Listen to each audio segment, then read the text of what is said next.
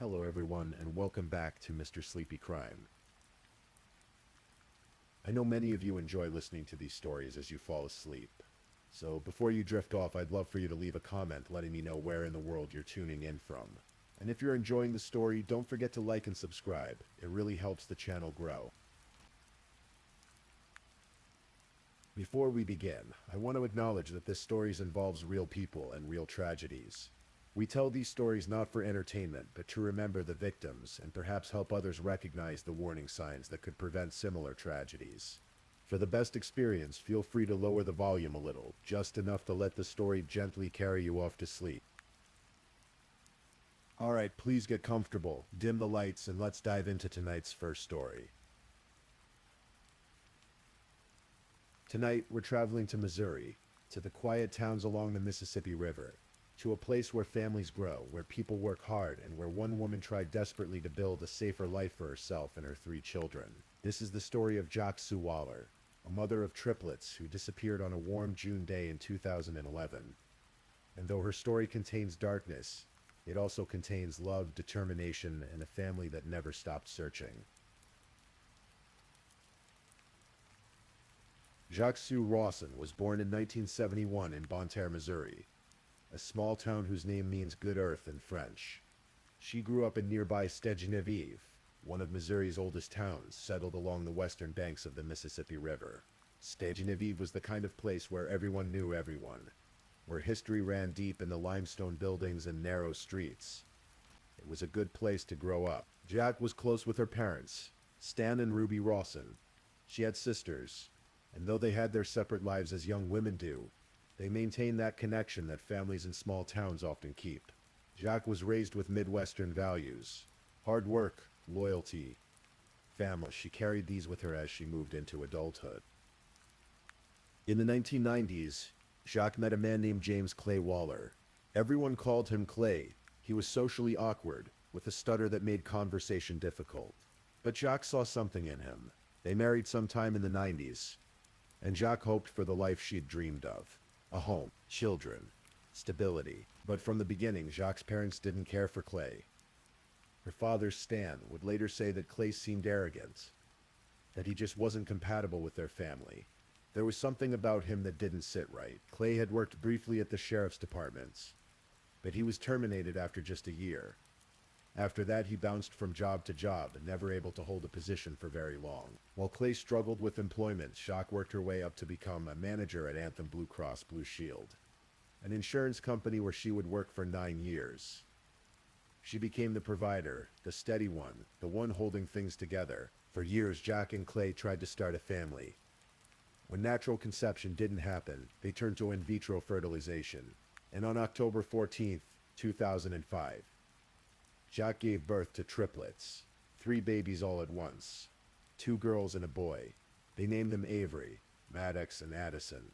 Jack's sister Cheryl Brennicke would later say that Clay was not a very active parent. He rarely helped Jacques care for the 3 babies. But Jacques embraced motherhood with everything she had. She worked 40 hours a week at her demanding job, then came home to 3 toddlers who needed everything: feeding, changing, bathing, playing, teaching. Multiply every parenting task by 3. It was exhausting, but Jacques loved it. She loved her busy, crazy life with triplets. As the children grew, Jacques did everything she could to give them a normal childhood. She taught them to ride their bikes. She took them to the park. She was present, devoted, determined to be the mother they deserved. Friends at work said she lit up whenever she talked about Avery, Maddox, and Addison. They were her world. But behind the scenes, the marriage was deteriorating. Clay began having affairs, multiple affairs. And as Jacques grew stronger, as she built her career and raised their children, Clay seemed to resent her independence. He became controlling, then threatening. Their home, which should have been filled with the laughter of 3 young children, was instead filled with tension. Jacques' sister Cheryl didn't live nearby at first. But as the years went on, the 2 sisters grew closer, and the more Cheryl learned about Jacques' marriage, the more concerned she became. She didn't like Clay. She could see what he was doing to her sister. By 2011, Jacques had reached her limit. The triplets were 5 years old now, in kindergarten, starting to understand the world around them, and Jacques knew she had to leave. She deserved better. Her children deserved better, so she made the difficult decision she was going to divorce Clay Waller. But Clay didn't take it well. Not at all. When Jacques first mentioned divorce, Clay's response was immediate and chilling. He told her directly, plainly, with no ambiguity. "You take those kids from me, Jacques, I will kill you." He said it more than once. He said it many times. In fact, over the course of a year, Clay threatened Jacques repeatedly. He told her that if she divorced him, if she tried to take his children, she would be signing her death warrant. These weren't vague warnings or arguments spoken in the heat of anger. They were clear, specific threats, and Jacques knew he meant them. She confided in Cheryl. She told her sister that she was afraid, that Clay was capable of violence. Jacques' parents, Stan and Ruby, also grew increasingly worried. They knew their daughter was in danger, but Jacques was determined to move forward. She couldn't stay in that marriage. She had to protect herself and the children, and the only way to do that was to leave. In the months leading up to June 2011, Jacques and Clay separated. Jacques and the triplets moved in with Cheryl and her husband, Bob Brennecke, and their children in Genevieve County. It was crowded, but it was safe. The triplets loved being there, surrounded by cousins, away from the tension they'd felt at home. Jacques could breathe again. Clay, meanwhile, started dating someone new. He had a girlfriend, and from the outside it seemed like he was moving on. Maybe, Jacques thought. Maybe this would be okay. Maybe he would let go. The divorce proceedings moved forward. Lawyers were hired, paperwork was prepared, and finally a date was set. June 1st, 2011. On that day, Jacques and Clay would meet with their divorce attorney to sign the final papers. And then it would be over. Jacques would be free. She even started dating someone new herself. She had a boyfriend, someone who treated her well, someone who made her feel valued. She and the triplets were planning to move to Farmington, Missouri to start fresh. A new life, away from Clay, away from the fear. The triplets would have a normal childhood. Jacques would have peace. June 1st was supposed to be the beginning of everything.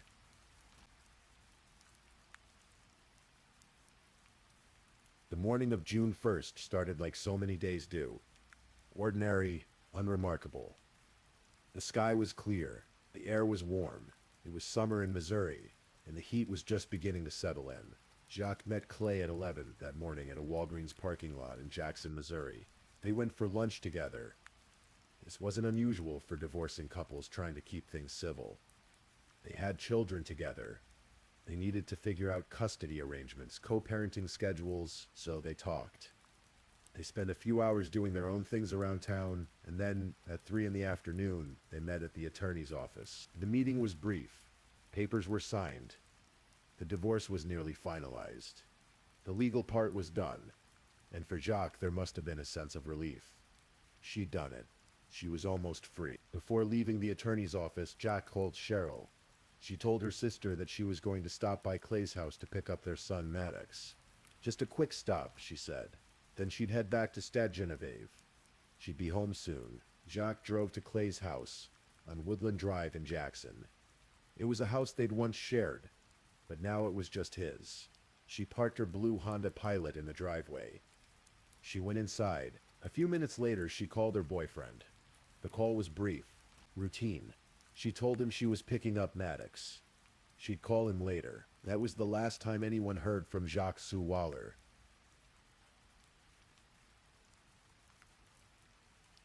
By 7 that evening, Cheryl was worried. Jacques should have been home by now. It was only supposed to be a quick stop. Cheryl tried calling her sister's cell phone. It went straight to voicemail. She called again and again. Nothing. Cheryl called Clay. "Have you seen Jacques?" she asked. "No," Clay said. "She left hours ago." But Cheryl didn't believe him. She knew her sister. She knew Jacques wouldn't just disappear. And she knew Clay. She knew his threats. So Cheryl drove to the Jackson police station that very night, still in those early hours when most missing person reports aren't even filed yet. And she told the police everything about the threats, about the custody battle, about her certainty that something terrible had happened. The Jackson police took her seriously. They sent an officer to Clay's house immediately. Clay told the officer a story. He said that Jacques had come to his house that afternoon, around 4. They talked about the divorce, but Jack got upset. She left on foot, he said. He left the house himself after that, running errands. When he came back around 6, he noticed her Honda Pilot was gone from the driveway. He assumed she'd come back for it and driven home. But the story had problems from the start. Why would Jack leave on foot and then come back for her car? Where had she walked to? And why hadn't anyone seen her? The next morning, June 2nd, a driver on Interstate 55 spotted Jack's blue Honda Pilot abandoned on the side of the road. It had a flat tire. The doors were unlocked. Jack's purse was inside. Her phone was inside. The keys were in the ignition, but Jack was gone. Police processed the vehicle. They found no signs of a struggle inside the car, but something was wrong. Everything was wrong. A mother of 3 doesn't just abandon her car on the interstate with a flat tire and walk away, leaving her purse and phone behind. The community mobilized immediately. Search parties formed. Volunteers combed hundreds of acres around Jackson and Cape Girardeau. They searched wooded areas, creek beds, abandoned buildings, anywhere Jack might be. Days turned into weeks. Weeks turned into months. And there was no sign of her. Jack's parents, Stan and Ruby, held vigils. They appeared on Good Morning America, desperate for answers. Stan spoke about his daughter with a broken voice. Ruby couldn't even process what was happening. "Your family is your life," she said, "and a part of mine is missing." The triplets, only 5 years old, didn't understand where their mother had gone. They asked when she was coming home. Cheryl and Bob didn't know what to tell them. How do you explain to 5-year-olds that their mother might never come back? And through all of this, Clay Waller acted strangely. He didn't help with the searches. He didn't plead for Jack's safe return. Instead, he drove by the Rawson family's house and honked his horn. He gave police officers obscene gestures.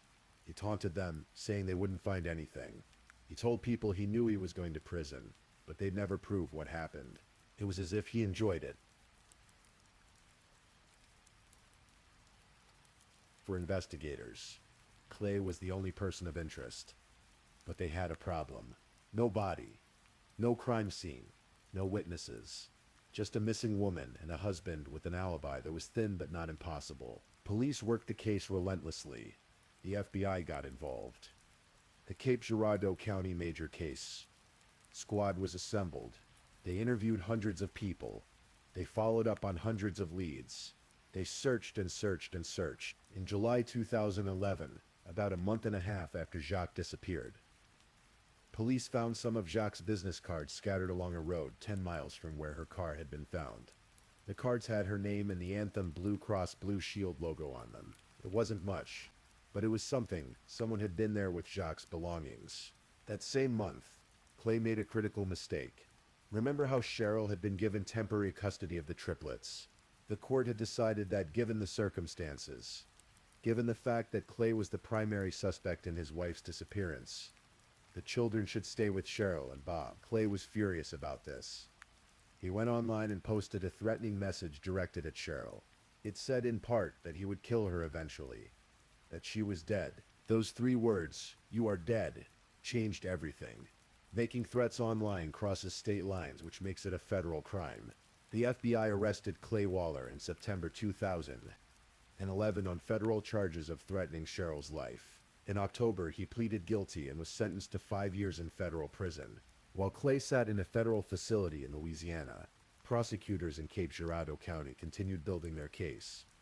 They had no body, but they had enough circumstantial evidence to charge him. In April 2012, nearly a year after Jacques disappeared, Clay Waller was formally charged with first-degree murder. The prosecution had to gamble.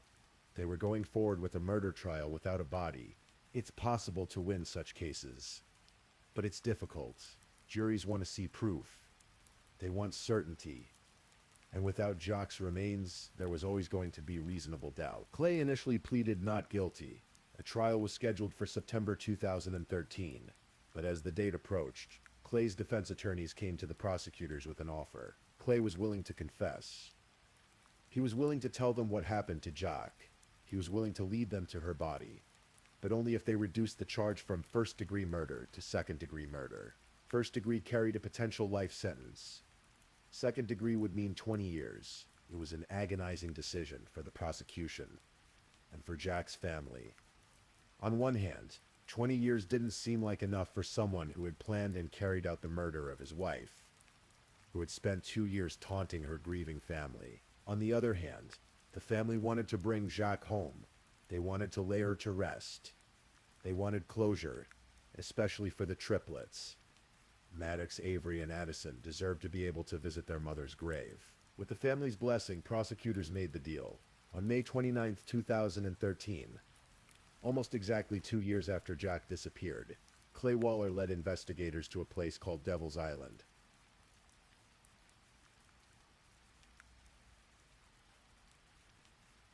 Devil's Island is not a tropical prison or an exotic location. It's a piece of bottomland in Alexander County, Illinois, on the eastern side of the Mississippi River, directly across from Cape Girardeau, Missouri. It's a wildlife management area now, a quiet stretch of forested land and agricultural fields. The island is only accessible by boat. It's remote, isolated, the perfect place to hide a body. Clay told investigators exactly where to look. He'd buried Jacques under a tree on the island. He'd dug the grave 6 feet deep. An FBI agent named Ritter, who had gone to school with Clay from elementary through high school, was the one who actually dug up Jacques' grave. It must have been a surreal moment for him. After 2 years of intensive investigation, after combing through evidence and interviewing witnesses and following dead ends, here he was, digging in the dirt, uncovering the truth. They found her. Jacques Sue Waller's remains were recovered from that shallow grave beneath the tree. After nearly 2 years of searching, after hundreds of volunteers had walked thousands of acres, after her family had lived in agonizing uncertainty, Jacques was finally found. Her remains were identified, and finally her family could bring her home. She was laid to rest at Woodlawn Cemetery in Leadington, Missouri. Her grave is marked. Her children can visit her there, and though it's a small comfort, it's something. She's no longer lost. She's no longer alone on that island.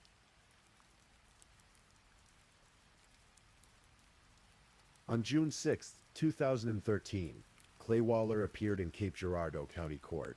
He pleaded guilty to second-degree murder, and as part of the plea deal, he had to confess in open court. He had to say what he'd done. Clay told the story, but like everything with Clay, the story was full of lies. He admitted that a year before the murder, when Jacques first mentioned divorce, he told her, "You take those kids from me, Jacques, I will kill you." He admitted he'd threatened her repeatedly, and he admitted that he'd planned ahead. On May 31st, 2011, the day before they met with the attorney, Clay took a boat across the Mississippi River to Devil's Island, and he dug a grave, 6 feet deep, beneath a tree, in soil that wouldn't be disturbed. He knew what he was going to do. But then Clay lied about how the murder actually happened. He claimed that after the meeting with the attorney, Jacques asked him for one last bang. He said they went back to his house and had sex. During this, he said he accidentally banged his head into her nose, causing a nose. Jacques got upset, he claimed, and threatened to file domestic violence charges. And that's when he said he lost control and killed her. Investigators don't believe any of this. They believe Clay lured Jacques back to his house under the pretense that she needed to pick up Maddox. They believe the murder was entirely premeditated. He dug the grave the day before. He had a plan, and when Jacques walked into that house on Woodland Drive, trusting that she was just picking up her son, Clay attacked her. He beat her. He strangled her. And then, according to his own confession, Clay put Jacques' body in a trash bin in the back of his pickup truck. Later that day, he took his girlfriend and one of the triplets to Toys R Us to buy a toy. While they shopped, while his girlfriend smiled and his son picked out a toy, Jacques' body was in the truck bed outside in the parking lot. After the trip to the toy store, after his girlfriend went home, Clay drove to Cape Girardeau. He put Jacques' body in his boat. He crossed the river to Devil's Island, and he buried his wife in the grave he dug the day before. Then he drove her Honda Pilot to Interstate 55, let the air out of one tire, abandoned the vehicle, and walked away. For 2 years, he kept his secret. For 2 years, he taunted Jacques' family. He knew where she was the entire time. In court, Clay showed no remorse. He never apologized. He blamed Jacques for provoking him. He blamed her for wanting a divorce. He blamed her for everything except what he'd actually done. which was murder her in cold blood. The judge, Judge Lewis, did not mince words. He told Clay directly, "This is not what you deserve, but it will have to do." Sheriff John Jordan of Cape Girardeau County called the day bittersweet. Sweet because Clay was finally confessing publicly. Bitter because 20 years didn't feel like justice. But perhaps the most powerful moment in the courtroom came from Clay's son, Maddox. At just 7 years old, Maddox had written a victim impact statement. It was read aloud in court. Even at that young age, Maddox understood what his father had done, and he wanted his father to know exactly how he felt. Nearly everyone in the courtroom was visibly moved by the boy's words. Tears were shed, hearts broke. Everyone perhaps except Clay Waller. He sat there, stone-faced, unmoved by his own son's pain. Cheryl Brennicke, Jacques' sister, also spoke in court. She had been granted custody of the triplets and was in the process of adopting them with her husband Bob. She looked at Clay and said, "We only got to bury her because it benefited you, not because you care so much about your own children and when they were suffering, but because it benefited you." She was right. Clay only revealed where Jacques was buried because it got him a lighter sentence. Not because he felt guilty, not because he wanted to give the children closure, only because it helped him. Clay Waller was sentenced to 20 years in prison for second-degree murder. His sentence would run concurrently with the 5 years he was already serving for the federal threat charges. He would be eligible for parole eventually, but the story didn't end there.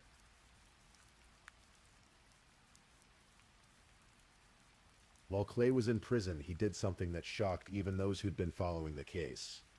He wrote a book about the murder. He titled it, "If You Take My Kids, I'll Kill You," the public confession of Missouri's most notorious wife killer. It was meant to be his tell-all, his version of events, and apparently he thought he could profit from it. Clay approached another inmate named Dean and told him he had a book deal worth several $100,000. He just needed someone to help write the manuscript. He promised Dean he'd donate $10,000 to Dean's foundation and use the book's proceeds to establish a trust fund for the triplets. Dean agreed to help. They worked on the book together over that summer. But as Dean listened to Clay talk about the murder, he realized something crucial. Clay had manipulated him. Clay wasn't remorseful. He didn't care about his children. He just wanted attention and money. When the manuscript was finished, Dean did something extraordinary. Without Clay knowing, he had the manuscript smuggled out of prison and given to a fellow inmate's mother. Clay was furious when he found out. He claimed Dean tried to extort him. Eventually, both men were transferred to separate prisons. But the manuscript had made it into the hands of law enforcement, and that manuscript became the key to additional charges. Federal prosecutors were dissatisfied with the 20-year sentence. They believed Clay deserved more, so they looked for another way to charge him. And they found it, because Clay had dug Jacques' grave in Illinois, and then returned to Missouri with the intent to kill her. He had crossed state lines with the intent to commit murder. That's a federal crime under the Interstate Domestic Violence Act. In May 2016, Clay Waller was indicted on federal charges of interstate domestic violence. The manuscript he'd written was used as evidence. In it, he detailed his premeditation, his planning, his crossing of state lines. Clay eventually pleaded guilty to the federal charge. In October 2017, he was sentenced to an additional 35 years in federal prison. That sentence would begin after his 20-year state sentence was completed. As part of the federal sentence, Clay had to forfeit any proceeds from any depiction of his crime in any form. Movie, book, newspaper, magazine, radio, television, anything. He would never profit from Jacques' murder. Clay Waller is currently in prison. He will not be eligible for release until 2047.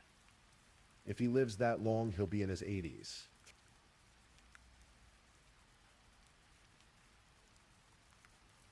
Throughout all of this, through the disappearance and the investigation and the confession and the trials and the sentencing, 3 children were growing up without their mother. On November 12, 2013, a day chosen for being easy to remember, Cheryl and Bob Brennicke officially adopted Maddox, Avery, and Addison. They called it Gotcha Day. The triplets, who were 8 years old by then, finally had permanent stability. They had a family who loved them, who wanted them, who would raise them with all the care Jacques would have given them herself. Cheryl kept Jacques' memory alive. She talked about Jacques with the children. She showed them pictures. She told them stories about their mother, about how much she loved them, about how hard she worked to give them a good life, about how brave she was. The triplets attended their mother's vigils when they were young. They were photographed at events. These three small children caught in the middle of a tragedy. The community watched them grow up.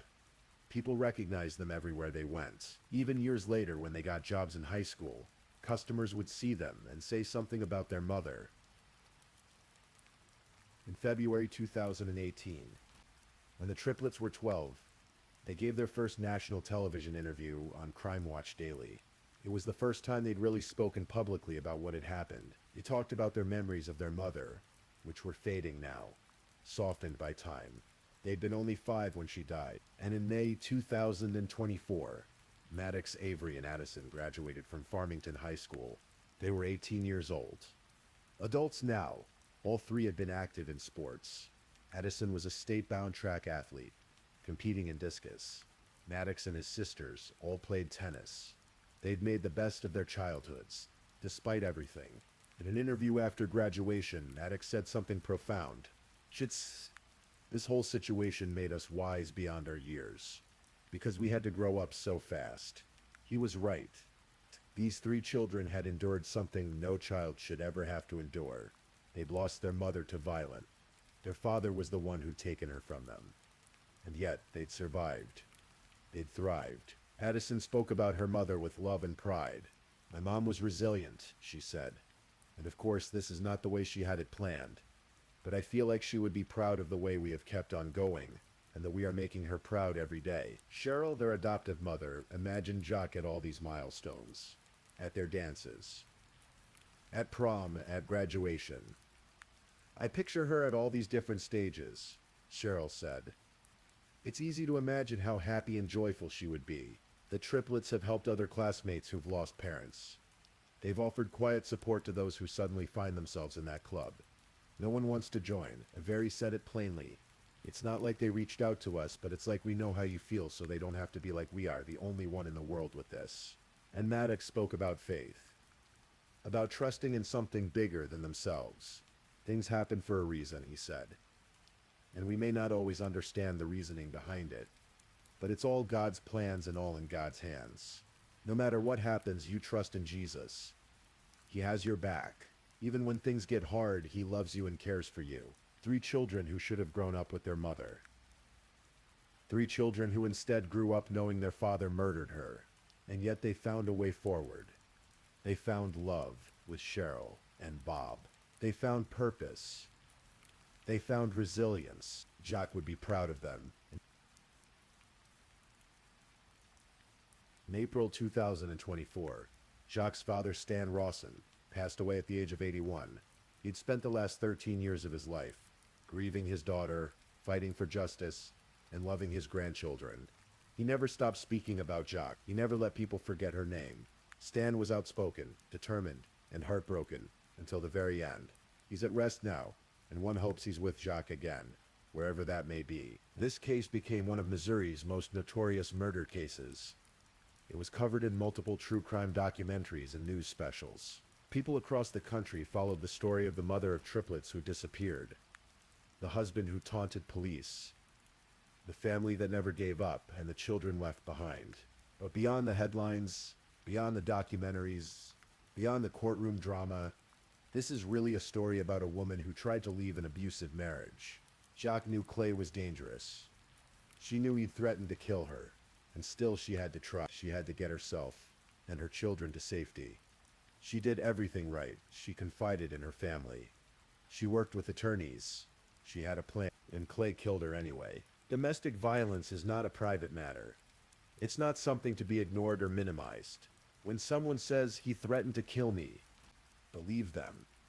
When someone says, I'm afraid, help them. Jacques' family did everything they could, and it still wasn't enough to save her. But their vigilance, their quick action, their refusal to let Clay get away with it, that's what eventually brought him to justice. If you or someone you know is experiencing domestic violence, please reach out for help.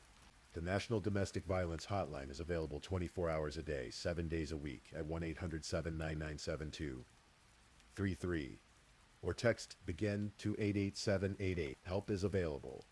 You are not alone. If this is your first time listening to one of our true crime stories, welcome to Mr. Sleepy Crime, where we explore these cases in a calm and respectful way. I also want to take a moment to appreciate my amazing subscribers who've been rocking with me. Thank you so much for your continued support. If you're still awake and listening, don't forget to drop a comment. Let me know where you're tuning in from and the current time in your corner of the world. Or just say something to let me know you're still here. And if you haven't already, be sure to like this video and subscribe so you don't miss our next true crime stories for sleep. Now let's move on to our second story.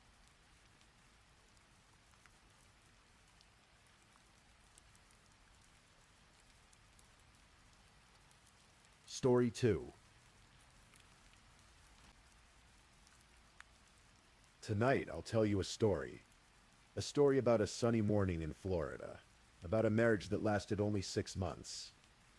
About cameras hidden in cars and a crime scene that never was. This is the story of Mike DiPolito, and the morning his world turned upside down. In the summer of 2008, in the warm palm-lined streets of Boynton Beach, Florida, two people met under circumstances neither would probably admit to their families. Michael DiPolito was a man in his late 30s, a self-employed marketer with a complicated past. He had served time in federal prison years earlier for an investment fraud scheme that had cost investors nearly $200,000. When he walked out of those prison gates, he carried with him a probation sentence that would stretch all the way to the year 2032. Mike was married at the time, living what appeared to be a settled life. But something was missing.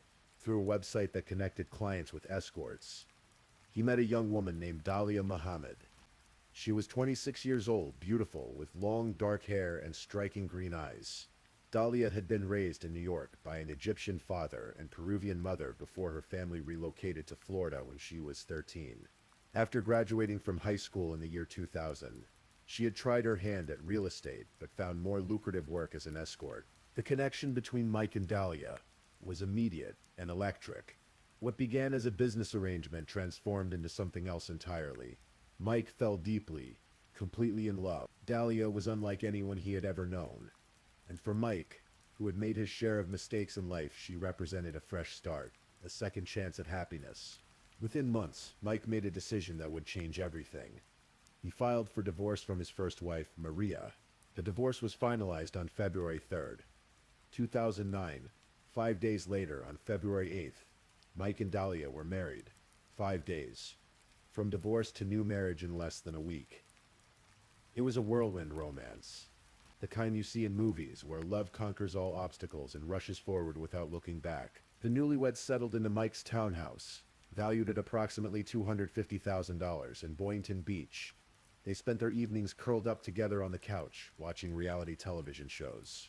Both Mike and Dalia dreamed of that life, the glamorous existence they saw on their screen. The expensive cars, the beautiful homes, the cameras following your every move. They wanted fame. They wanted fortune. They wanted to be noticed. But in the humid Florida heat, beneath the surface of those dreams, something else was growing. Something darker. Marriage is never easy, but for Mike and Dalia, trouble arrived almost immediately. Mike began to notice strange things happening around him. Anonymous tips reached the Boynton Beach Police Department, claiming that Mike DiPolito was dealing drugs. Officers would pull him over, search his vehicle, question him. Mike, already on probation for his previous conviction, was terrified. One violation, one wrong move, could send him back to prison for years. He couldn't understand it. He wasn't dealing drugs. He had learned his lesson from his past mistakes. But the tips kept coming. The police kept showing up. And Mike's anxiety grew with each encounter. Then there were the mornings when Mike would wake up feeling violently ill.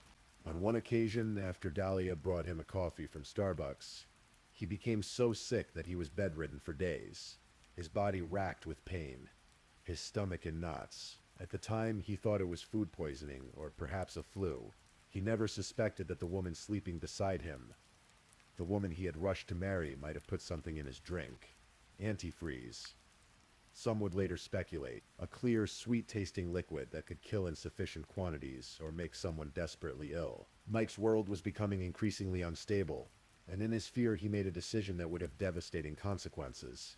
By the end of July 2009, convinced that he might be arrested on false drug charges, Mike signed over the title to his townhouse to Dahlia. He wanted to protect his assets. He told himself, if he went to prison, at least Dahlia would have a home. At least something would be safe. He didn't know that Dahlia herself had been the one making those anonymous calls to police. He didn't know that every moment of his growing paranoia was part of a carefully constructed plan. And he didn't know that by signing over his home, he had just given her exactly what she wanted. But someone else knew what Dahlia was planning. His name was Mohammed Shihadeh. Mohammed Shihadeh was 40 years old, a Jordanian businessman who owned several gas stations in the Boynton Beach area. He lived the life that Mike and Dahlia aspired to, traveling to Las Vegas to play poker, enjoying the fruits of his business success. He had known Dahlia for approximately 15 years, far longer than Mike had. Their relationship had always been complicated, flirtatious, on and off. When Dahlia needed something, she would call Mohammed, and Mohammed would help. It was through one of his gas stations that they had first met. She had walked in one day, and Mohammed was immediately drawn to her. They bonded over their Middle Eastern heritage, and over the years that bond deepened into something more than friendship, though less than a committed relationship. In July of 2009, just 5 months after Dahlia had married Mike, she reached out to Mohammed with an unusual request. She told him that Mike was abusive, that he was controlling, that she needed to escape the marriage.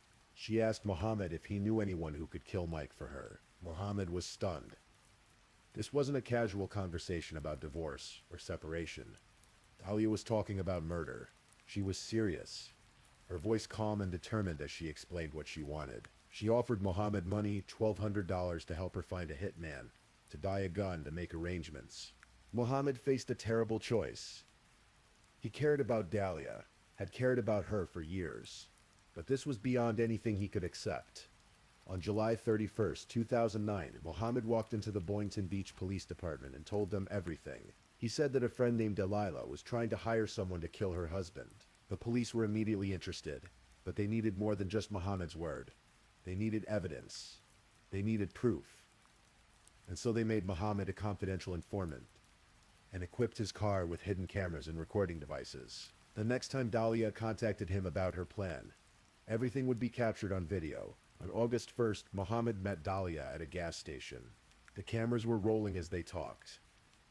Dahlia's voice was clear and unwavering as she discussed hiring a hitman. She wanted Mike dead. She wanted him out of her life permanently. Mohammed told her he had found someone who could do the job. Someone who would need $1,200 to purchase a weapon and complete the hit. Dahlia agreed without hesitation. She gave Mohammed the money, and the trap began to close around her.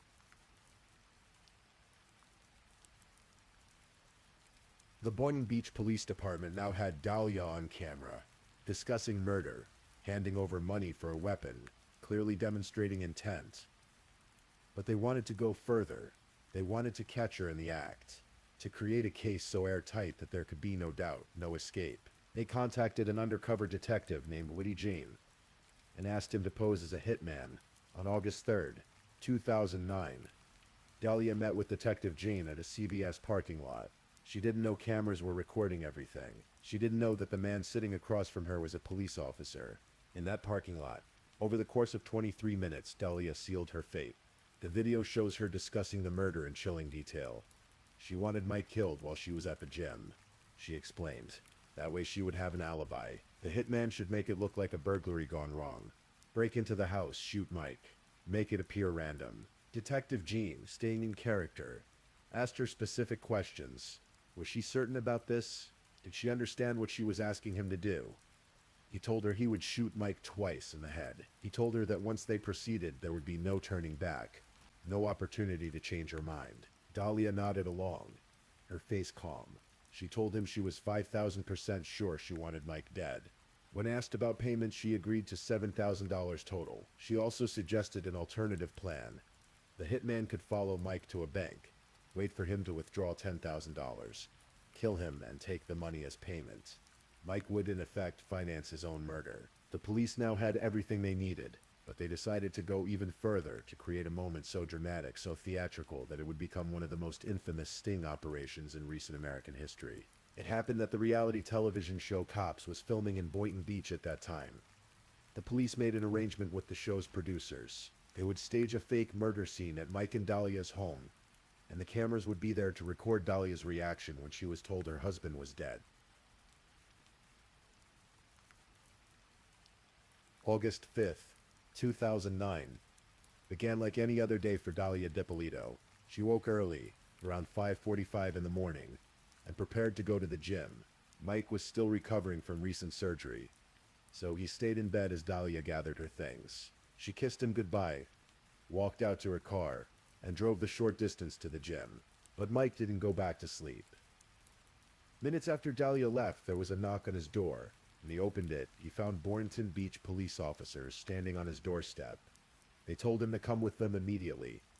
They told him about his wife's plan to have him murdered. They told him that this morning, while Dahlia was at the gym, the supposed hitman was scheduled to kill him in his own home. Mike's world collapsed in that moment.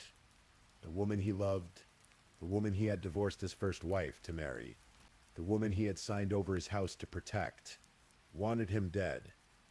As the reality sank in, police officers explained what would happen next. They needed to stage his murder. They needed Dahlia to believe the plan had succeeded. And they needed to capture her reaction. Police quickly transformed the townhouse into a crime scene.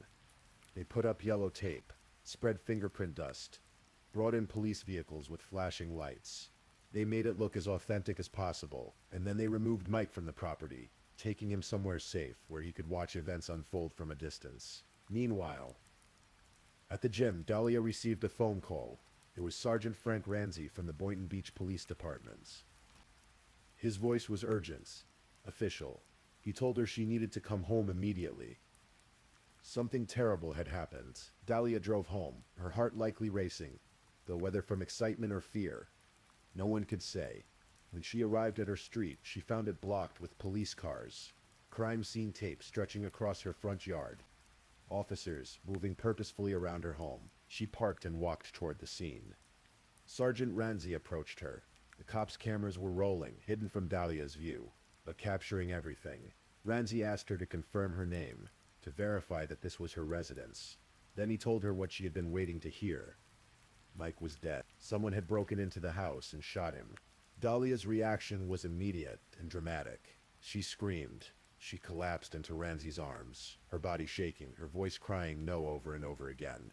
She asked to go inside, to see Mike, but the officers told her no. The crime scene needed to be preserved. If she wanted to help, if she wanted them to catch whoever did this, she needed to come to the station and tell them everything she knew about Mike's life, his connections, anyone who might have wanted him dead. Through her tears, Dahlia agreed. She got into the police car and was driven to the Boynton Beach Police Department. The cameras followed her every move.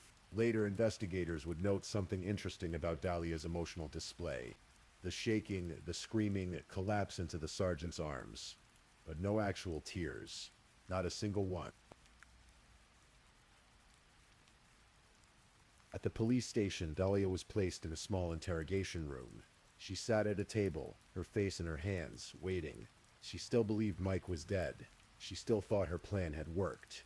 In her mind, she was a grieving widow, shocked by the sudden violence that had torn her life apart. Then Detective Sheridan entered the room. Behind him, in handcuffs, was the hitman she had met in the CVS parking lot. Tobias stared at him. She swore she had never seen him before. Sheridan's voice was calm, but firm. You're going to jail today for solicitation of murder. You're under arrest. That's an undercover police officer. We filmed everything that you did. The color drained from Dahlia's face. She leaned forward, shock finally registering as genuine. I didn't do anything, she repeated, over and over as tears began to form in her eyes. Real tears this time. Your husband is well and alive, Sheridan told her. The door opened again, and there was Mike, standing in the doorway, very much alive, very much aware of what his wife had tried to do.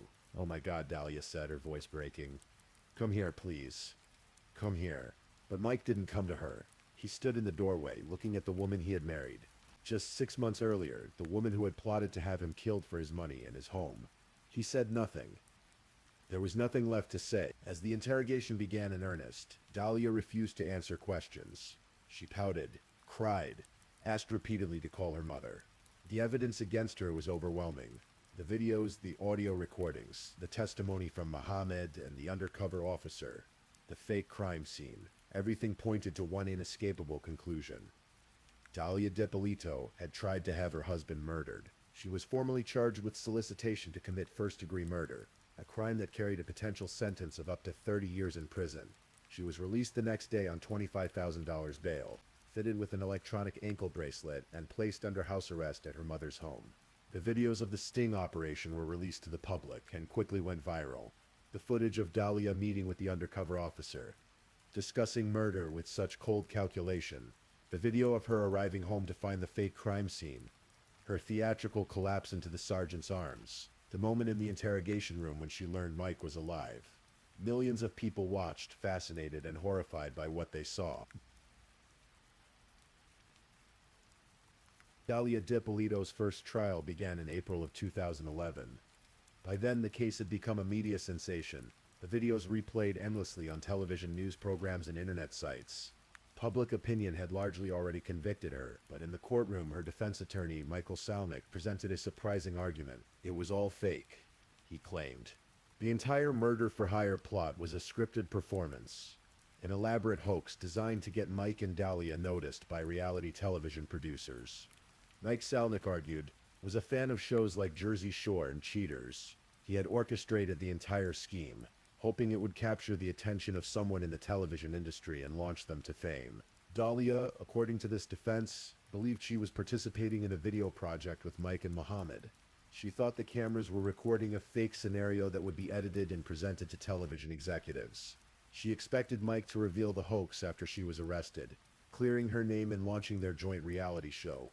It was an audacious defense, almost unbelievable in its scope, and both Mike and Mohammed denied it completely.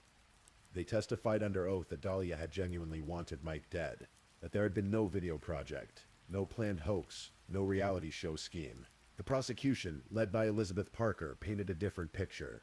Dahlia, they argued, was a calculating gold digger who had married Mike for his money and his townhouse. She had discovered he wasn't as wealthy as she hoped, and she had a lover, Mike Stanley, with whom she was exchanging explicit text messages even while planning her husband's murder. She wanted Mike dead so she could take his assets and be with Stanley free from any messy divorce proceedings. The evidence was damning. The jury watched the video of Dahlia meeting with the undercover officer, heard her say she was 5,000% sure she wanted Mike dead. They saw the fake crime scene, her emotional display, the moment of revelation in the interrogation room. They read the text messages between Dahlia and her lover. After just 3 hours of deliberation, the jury returned a verdict: guilty of solicitation to commit first-degree murder. The judge presiding over the sentencing called Dahlia's plot pure evil. He sentenced her to 20 years in state prison. Mike, sitting in the courtroom, felt a mixture of relief and sadness.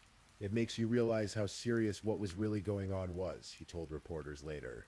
It's just something you can't imagine anybody could really do. Dahlia was taken away to begin her sentence. For most people, that would have been the end of the story. But Dahlia's legal team wasn't finished fighting.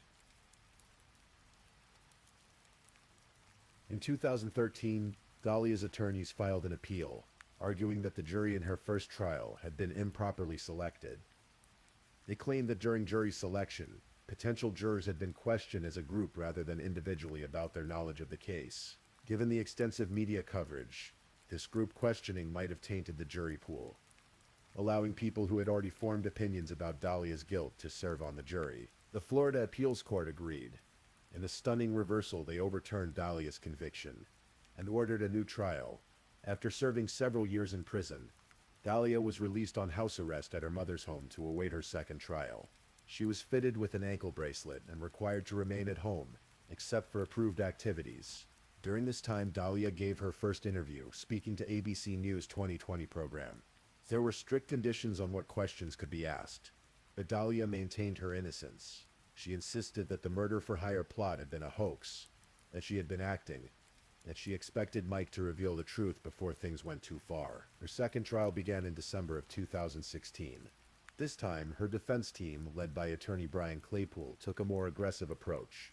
They didn't just claim it was a hoax. They attacked the Boynton Beach Police Department itself, arguing that officers had been more interested in creating dramatic television content for cops than conducting a proper investigation. They suggested that police had manipulated evidence, destroyed records, and pressured Mohammed into becoming an informant. They pointed out that Mohammed had a troubled history of his own. In March of 2017, just months before he would testify at Dalia's third trial, Mohammed had been found unconscious outside a motel room where a woman had died of a drug overdose. Police had investigated but filed no charges. His credibility, the defense argued, was questionable, but the prosecution maintained their position. They replayed the videos, presented the audio recordings, showed the text messages. No amount of police misconduct, they argued, could explain away Dalia's own words on those recordings. "I'm 5,000% sure. I want him dead." The evidence spoke for itself. This time, however, the jury couldn't agree.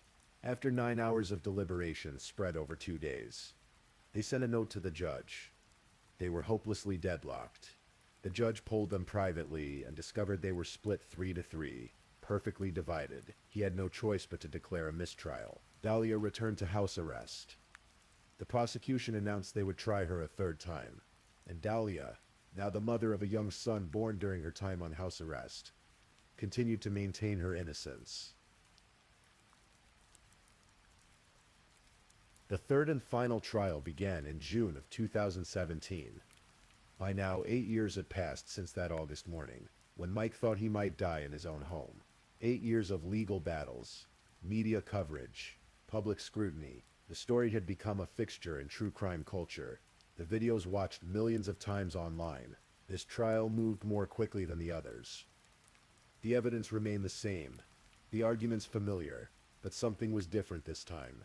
The jury, selected carefully after 2 previous trials, seemed to view the case with fresh clarity. On June 16, 2017, after just 90 minutes of deliberation, they returned with their verdict: guilty of solicitation to commit first-degree murder. Dalia showed little visible reaction. She had been through this before, after all. But this time there would be no appeal based on jury selection. This time, the conviction would stand. On July 21st, 2017, Dalia appeared before Circuit Judge Glenn Kelly for sentencing. Mike was there testifying about the impact of Dalia's plot on his life. Prosecutors argued for the maximum sentence, describing Dalia as manipulative, calculating, dangerous. They recounted how she had acted in a cold, sophisticated manner, putting a plan in place to kill Mike while maintaining an alibi. Dalia's attorney, Craig Rosenfeld, argued for probation, calling Dalia's actions the worst moment of her life, and insisting she had lived an otherwise exemplary life. He asked the judge to show mercy, to consider that Dalia had a young son who needed his mother. But Judge Kelly's decision was firm. He noted that Dalia had acted in a cold and calculated manner, that she had been manipulating multiple people in her effort to have Mike killed, that she had shown no genuine remorse. He sentenced her to 16 years in state prison. Dalia was taken from the courtroom and transported to Lowell Correctional Facility in Ocala, Florida. Her projected release date was set for February 21st, 2031, though with good behavior and other factors, that date could potentially change. Her defense team immediately began planning appeals, but the Florida Supreme Court rejected her case in 2019. In February of 2020, the United States Supreme Court declined to hear her appeal. The legal battle, it seemed, was finally over. Mohammed Shahed, the man who had first alerted police to Dalia's plots, struggled after the trials ended. His testimony had been crucial in securing Dalia's conviction, but it had come at a personal cost. He had lost a longtime friend. He had been thrust into the public eye. His own demons, including drug abuse, continued to haunt him. On October 24th, 2021, Mohammed was found dead in his apartment in Sebring, Florida, about 80 miles south of Orlando. His brother discovered him after family members couldn't reach him for 2 days. Police found no signs of foul play, and the exact cause of death was not made public. He was 40 years old. Mike DiPolito, meanwhile, tried to rebuild his life. He found love again with a woman named Gloria, whom he met at a restaurant. They connected, began dating, and eventually Mike proposed. In interviews, he spoke cautiously about his happiness. saying it was sometimes hard to accept that good things could happen to him after everything he had been through. Whether Mike and Gloria's relationship lasted is unclear from public records, as Mike has kept a low profile since 2021, but he had done what many thought impossible. He had moved forward with his life, leaving behind the trauma of that August morning, and the woman who tried to have him killed. As for Dahlia, she remains in Lowell Correctional Facility. Her attorney, Brian Claypool, continues to describe her as the most misunderstood woman in the United States, insisting that the public perception of her doesn't match the person he knows. In interviews from prison, Dahlia has maintained her resilience, relying on her faith to cope with incarceration. She gets occasional visits from her son, who lives with her mother. The separation from her child is painful. She has said in interviews, heartbreaking in ways that are difficult to describe. She continues to insist on her innocence, continues to claim that the videos show her acting, that the entire situation was a misunderstood attempt at reality television fame. But the videos remain accessible to anyone with an internet connection. The moment when Dahlia tells the undercover officer she's 5,000% sure she wants Mike dead. The fake crime scene, her dramatic collapse, the interrogation room, revelation. These images have become iconic in true crime culture, replayed in documentaries, discussed in podcasts, analyzed in online forums. And so we come to the end of this story, a story about a marriage that lasted 6 months, a murder plot that was captured on camera, and a legal battle that stretched across 8 years and 3 trials. It's a story about dreams of fame and fortune, about manipulation and betrayal, about the lengths one person might go to get what they want. Was Dahlia DiPolito truly trying to have her husband killed? The evidence suggests yes. 3 juries, across 3 separate trials, heard that evidence and reached the same conclusion. The videos don't lie, prosecutors argued. Her own words, captured on camera, told the truth about her intentions. Or was she, as she and her defenders claim, a woman caught in a misunderstood situation, acting out a script that spiraled beyond her control, manipulated by police, eager for dramatic television content? That question, perhaps, will never be fully answered to everyone's satisfaction. What we know for certain is this. On August 5th, 2009, Mike DiPolito woke up expecting an ordinary day and instead learned that his wife of 6 months had orchestrated a plan to have him killed. We know that the Boynton Beach Police Department staged an elaborate sting operation, complete with a fake murder scene and hidden cameras. We know that the videos of that operation went viral, making Dahlia one of the most recognizable figures in American true crime. And we know that Dahlia is now serving a 16-year sentence in a Florida prison. The townhouse where Mike and Dahlia once watched reality television together, dreaming of fame, still stands in Boynton Beach. The CVS parking lot where Dahlia met with the undercover officer remains unchanged. The beach is still there, waves still lapping against the shore under the Florida sun. But for the people involved, nothing will ever be quite the same. Mike carries the knowledge that someone he loved wanted him dead. Dahlia carries the weight of her conviction, and the years stretching ahead of her in prison. Mohammed Shihadeh is gone, taking whatever inner truth he knew about that summer to his grave. The case of Mike DiPolito reminds us that reality television dreams can turn dark, that marriage, entered into quickly and without full knowledge of the other person, can hide dangerous secrets, that the cameras we think will make us famous might instead capture our darkest moments for the world to see forever. And sometimes when the police knock on your door early in the morning with news that changes everything, the person you need to fear most is the one sleeping beside you. If you're still awake and listening, check whether you've left your little goodnight comment. I always check your comments before I sleep too. And if you haven't already, don't forget to like this video and subscribe so you don't miss our next true crime stories for sleep. Meanwhile, let's move on to our third story.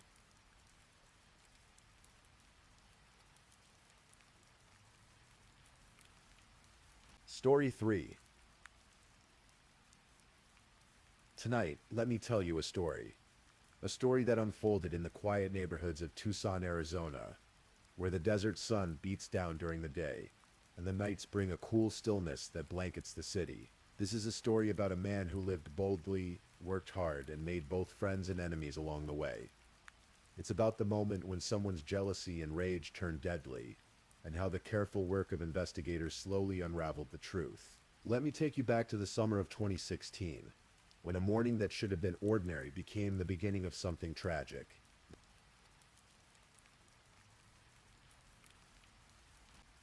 The 18th of July, 2016, started like any other morning in Tucson.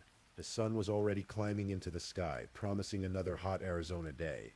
But for Christina Trepanitis, something felt wrong from the very first moment she woke up. Christina, who went by Christy, had been engaged to Nicholas Morales for several months. She had waited 40 years to find the right person. She would later say, and when she met Nick, she knew he was the one. They were planning their wedding, talking about their future together, building a life. Every morning Nick would text her. It was part of their routine, a small gesture that connected them even when they weren't together. But that morning there was no text, no call, nothing. Christy tried to push away the worry, and maybe he overslept, maybe his phone died. But as the morning wore on and she still heard nothing, the unease grew stronger. She called him, once, twice.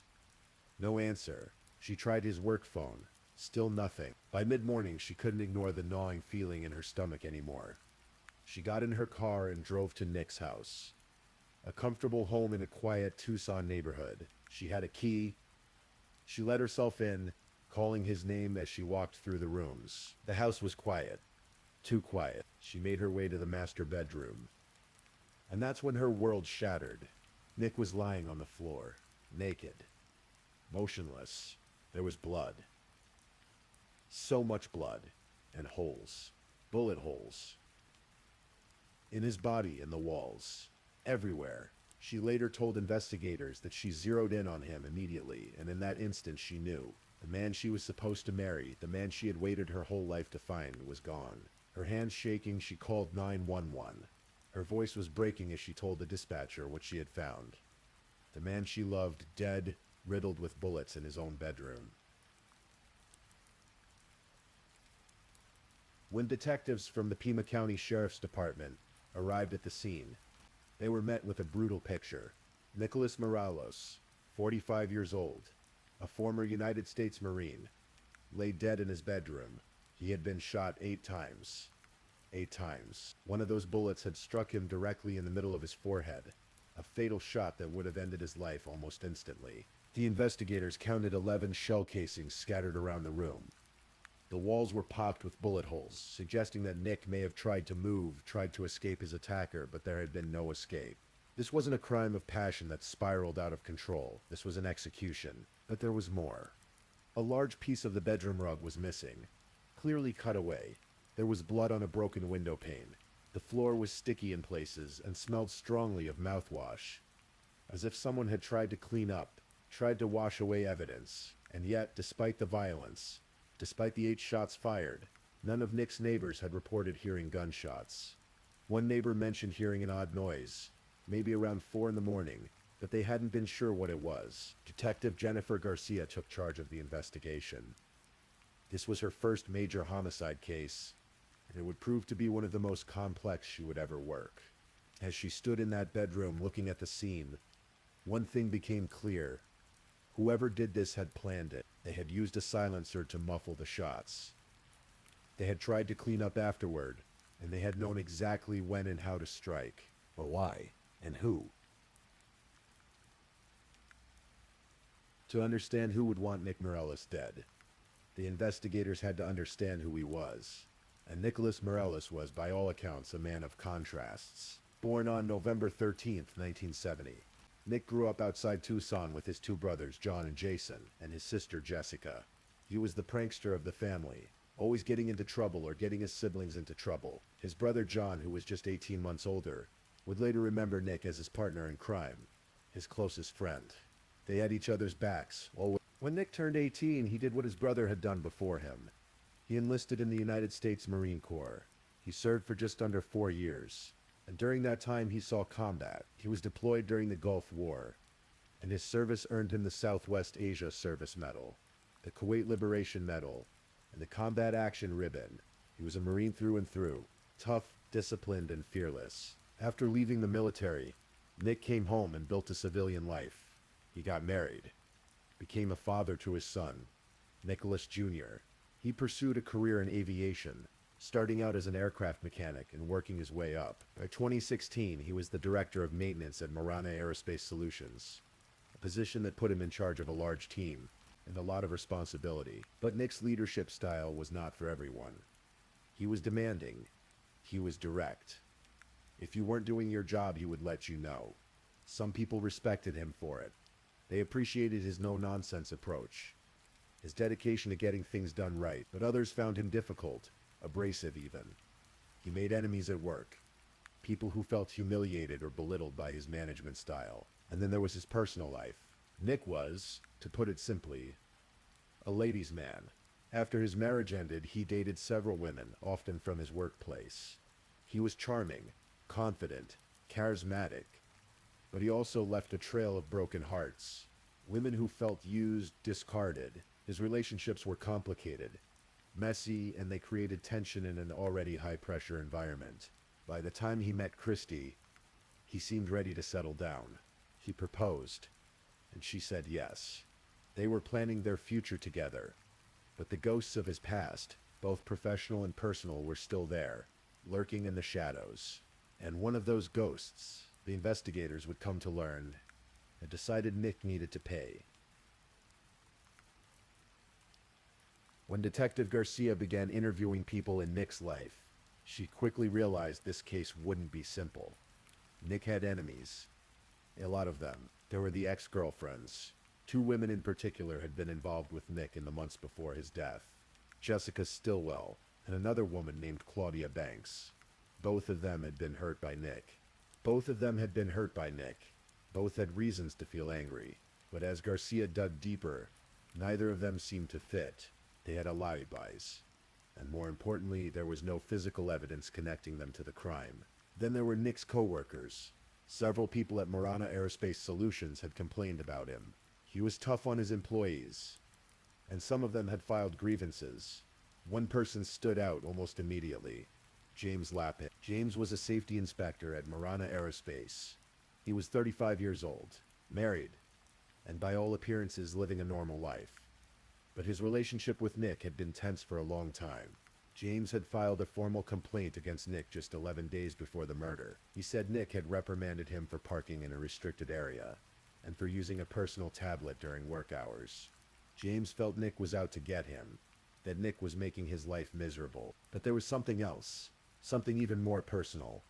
James was having an affair with Jessica Stillwell, Nick's ex-girlfriend. Jessica and Nick had dated briefly, but it ended badly. Nick had cheated on her and she had moved out. Now she was with James, and James knew that Jessica had once been with Nick. That connection, that tangled web of relationships, caught Detective Garcia's attention. 3 days after the murder, detectives went to Marana Aerospace to interview employees. When they spoke to James Lappin, they noticed something immediately. He had a bandage on his left arm. When they asked him about it, he said he had fallen through an airplane hatch at work. Coworkers confirmed the story. It seemed plausible, but then James said something odd. Without being asked, he volunteered that he was an excellent marksman. It was a strange thing to bring up in a murder investigation, and it stuck with the detectives. Still, James had an alibi. His wife Serena told police that James had been home with her the entire night of the murder. Asleep in bed beside her, with no concrete evidence and a solid alibi, the investigation stalled. Days turned into weeks, and Garcia and her team felt the weight of the case pressing down on them. They had suspects, but no proof. They had theories, but no answers. And then Nick's brother John did something that changed everything. John Morelos couldn't sit still while his brother's killer walked free. He started asking questions, talking to people, doing his own investigation. And one day someone told him something that made his blood run cold. James Lappin had been seen at a shop, trying to buy a tool to repair a gun silencer. John immediately called Detective Garcia and told her what he had learned. Garcia knew this was the break they needed. She obtained a search warrant for James Lappin's home. When investigators arrived at James's house, they found a treasure trove of evidence. There were 18 boxes of .45 caliber bullets, the same type of ammunition used to kill Nick. There were 2 spent shell casings that matched the ones found at the crime scene. There was an empty box for a silencer, and perhaps most damning of all, there was a pair of work pants with blood on them. hidden on top of a cupboard. They also searched James's van. Inside, they found carpet fibers that matched the missing piece of rug from Nick's bedroom. The physical evidence was overwhelming. But there was still one problem: Serena's alibi. She had sworn her husband was home that night, but as the investigation continued, cracks began to appear in that story. Serena Lapin was a sergeant first class in the Army, a strong woman, an alpha female. As she described herself, she had met James at a dance class, and despite her initial reluctance, he had pursued her relentlessly until she agreed to go out with him. They got married and had 2 children together. But their marriage was not what it appeared to be. From the outside, James was controlling, he was abusive. Serena was afraid of him. When detectives came back to interview her again, this time with the evidence they had found in James's home, Serena broke. She couldn't keep lying. Not anymore. She admitted that she had lied about James being home that night. He had left the house in the middle of the night, sometime around 3 or 3:30 in the morning. When he came back just before dawn, his arms were covered in blood. He told her he had cut himself on glass. He made her promise not to tell anyone, but she knew. Deep down, she knew what he had done. With Serena's testimony and the mountain of physical evidence, the case against James Lapin became airtight. The DNA from the blood found at Nick's crime scene matched James's DNA. The carpet fibers matched. The shell casings matched. Everything pointed to one man, James Lapin. As the trial approached, prosecutors began to piece together the full picture of what had happened and why. James Lapin had been jealous of Nick Morellis for a long time. Nick was everything James wasn't. Confident, charismatic, successful with women. James had filed complaints about Nick at work, but nothing had changed. If anything, it seemed like Nick only got tougher on him. And then there was Jessica. James was in love with her, but he knew she had been with Nick. He knew that Nick had been with other women from their workplace too. In James's mind, Nick was the problem. Nick was the one who needed to be dealt with. So James made a plan. He had asked Jessica about Nick's dog, Smokey, a pit bull who was protective of Nick. In a text message the night before the murder, James asked Jessica about the dog's name and habits. She told him Smokey was let out every morning at 4 a.m. On the night of July 17th, going into the early morning of July 18th, James left his house. He drove to Nick's home. He climbed onto the roof of the back patio, positioning himself outside Nick's bedroom window. He waited until 4 a.m., when he knew Smokey would be let out. Then, with a .45 caliber pistol equipped with a silencer, he fired through the window. The first shots may have missed or only wounded Nick, because investigators found bullet holes in the walls, suggesting Nick tried to move, tried to hide. But James climbed through the window and finished what he started. He shot Nick 8 times, including one final shot to the forehead. He tried to clean up. He cut away a piece of the rug that had soaked up blood. He wiped surfaces with mouthwash. But in his haste, he left behind his own blood from cuts he sustained breaking through the window. He left shell casings. He left evidence. And when he got home covered in blood, he made his wife lie for him. James Lapin's trial lasted 9 days. So prosecution presented their case methodically, laying out the evidence piece by piece. They showed the jury the shell casings, the carpet fibers, the blood-stained pants. They presented DNA evidence that conclusively matched James to the crime scene. They brought Serena to the stand, and she told the truth about what her husband had done. The defense argued that the DNA evidence was circumstantial, that it didn't prove James had been there the night of the murder. They tried to create reasonable doubt, but the jury wasn't convinced. On October 2nd, 2018, James Lapin was found guilty of first-degree murder and first-degree burglary. A month later, on November 2nd, he was sentenced to life in prison without the possibility of parole, plus an additional 10.5 years for the burglary charge. For Christy, for Nick's family, the verdict brought some measure of peace. It wouldn't bring Nick back. It wouldn't undo the horror of that morning when Christy found the man she loved dead on the floor. But it meant that justice had been served. The person responsible was behind bars, where he would remain for the rest of his life. Detective Jennifer Garcia, who had worked tirelessly on her first major homicide case, could finally close the file. She had done what she set out to do. She had found the truth. James Lapin is currently incarcerated at the ASP Red Rock Correctional Center in Eloy, Arizona. He has moved from maximum security to medium security over the years. And according to prison records, he has participated in various programs, peer relationships, communication skills, individual change. He even worked handling board games at one point, an oddly normal task in such an abnormal place. But no amount of programming, no amount of time will ever erase what he did. Nick Morelos was 45 years old when he died. He was a father, a brother, a fiancé. He was a Marine who had served his country, a man who built a career, who lived life on his own terms. He wasn't perfect. He made mistakes. He hurt people. But he didn't deserve what happened to him. Christy Trepanitis, as of 2023, still works as a clinical dietitian in Tucson. She has moved forward with her life, but those who know her say she still carries Nick's memory with her. She waited 40 years to find him, and in the end she had him for only a short while. The case reminds us that violence can erupt from the smallest seeds of resentments, jealousy, and rage. A workplace grudge, a romantic rivalry, bruised egos and broken hearts. Sometimes these things fade, and sometimes they turn deadly. Please, I'm just putting it out there. If you're still awake and listening, drop a comment. Let me know where you're tuning in from, the time in your part of the world, or just say something to let me know you're still with me. And of course, if you haven't already, like this video and subscribe so you don't miss the next true crime story for sleep. Now, let's move on to our fourth story.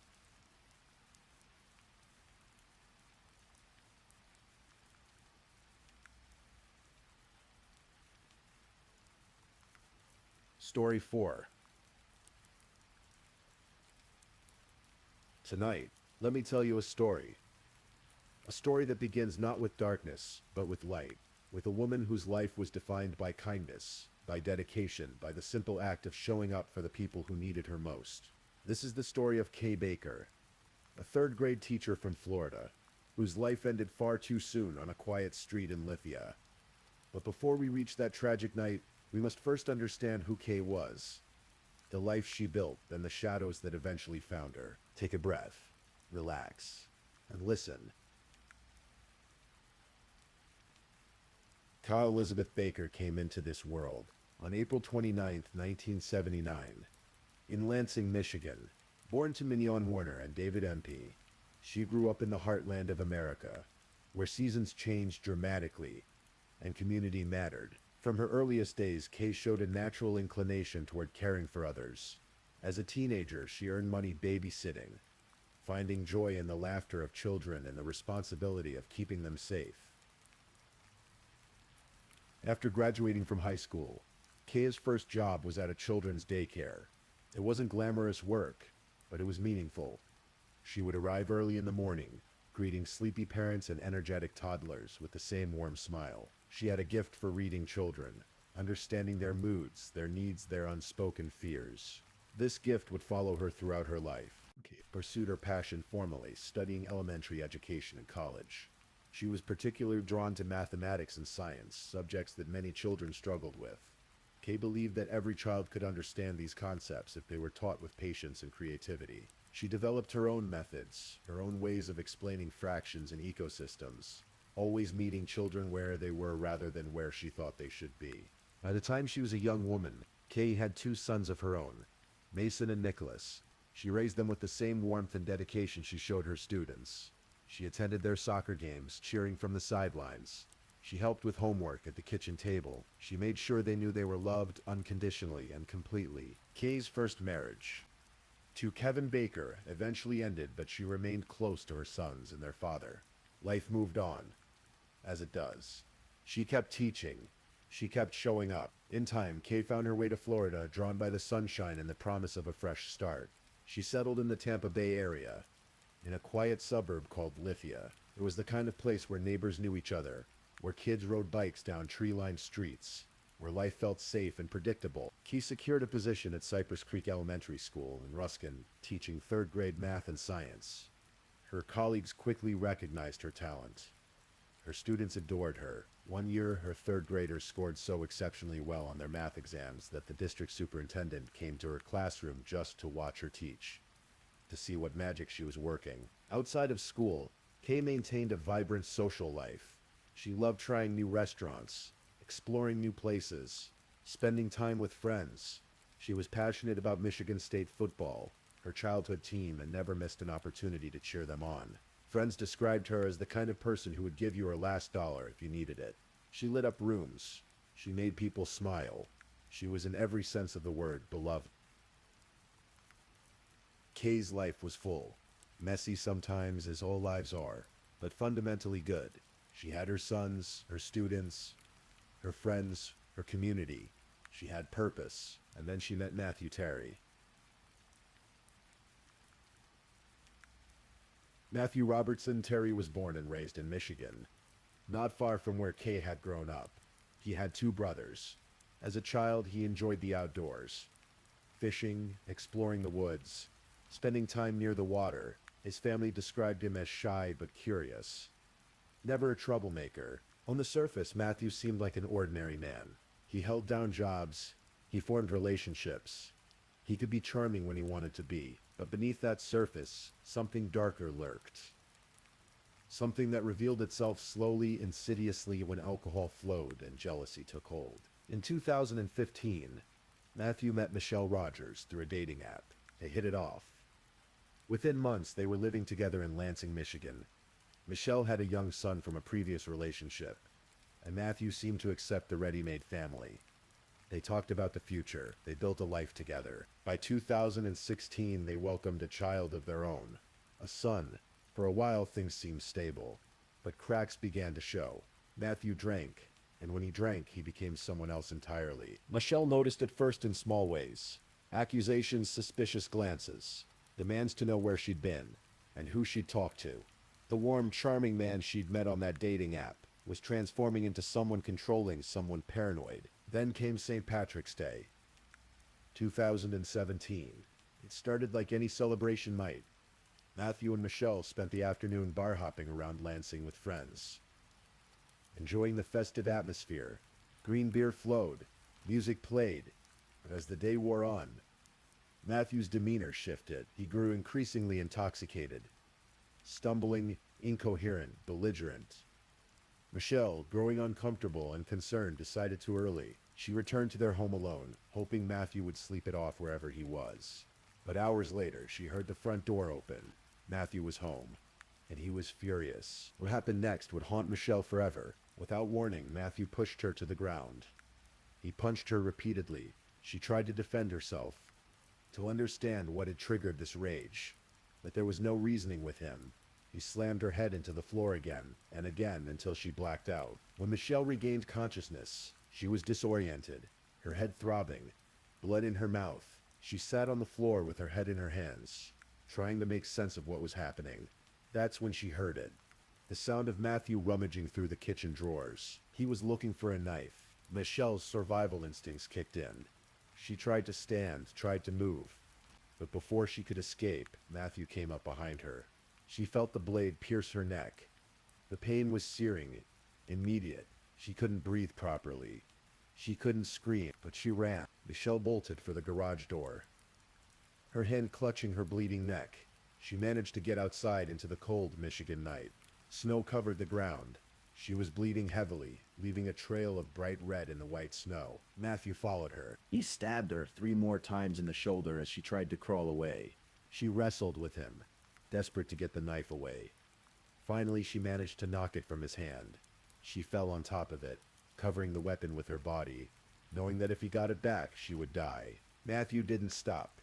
He began punching her again. Then, in a horrifying escalation, he started biting her face, her arms, anywhere he could reach.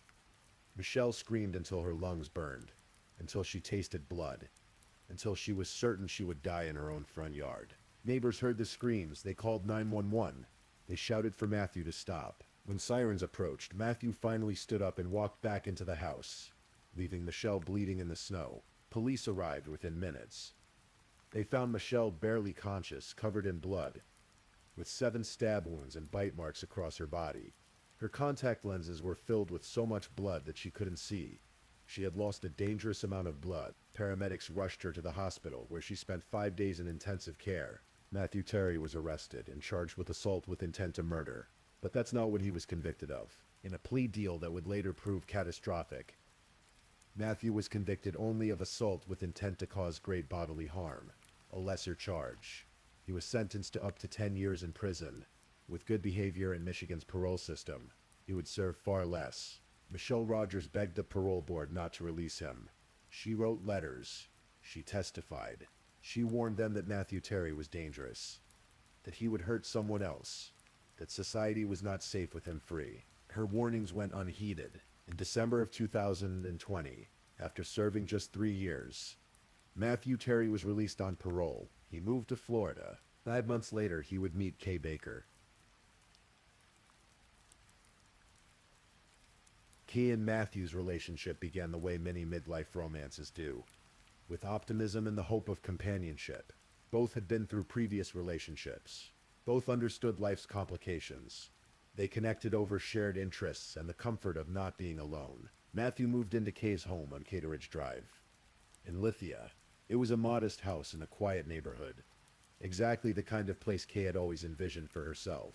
She introduced Matthew to her friends. He met her sons. Life seemed to be moving forward, but Kay's friends noticed things. Small things at first. Matthew was jealous, possessive. He questioned Kay about where she'd been, who she'd talked to.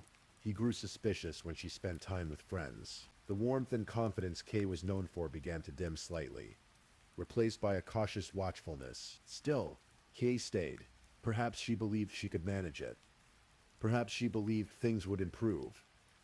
Perhaps she simply didn't see the danger signs for what they were. By May of 2022, Kay and Matthew had been together for several months.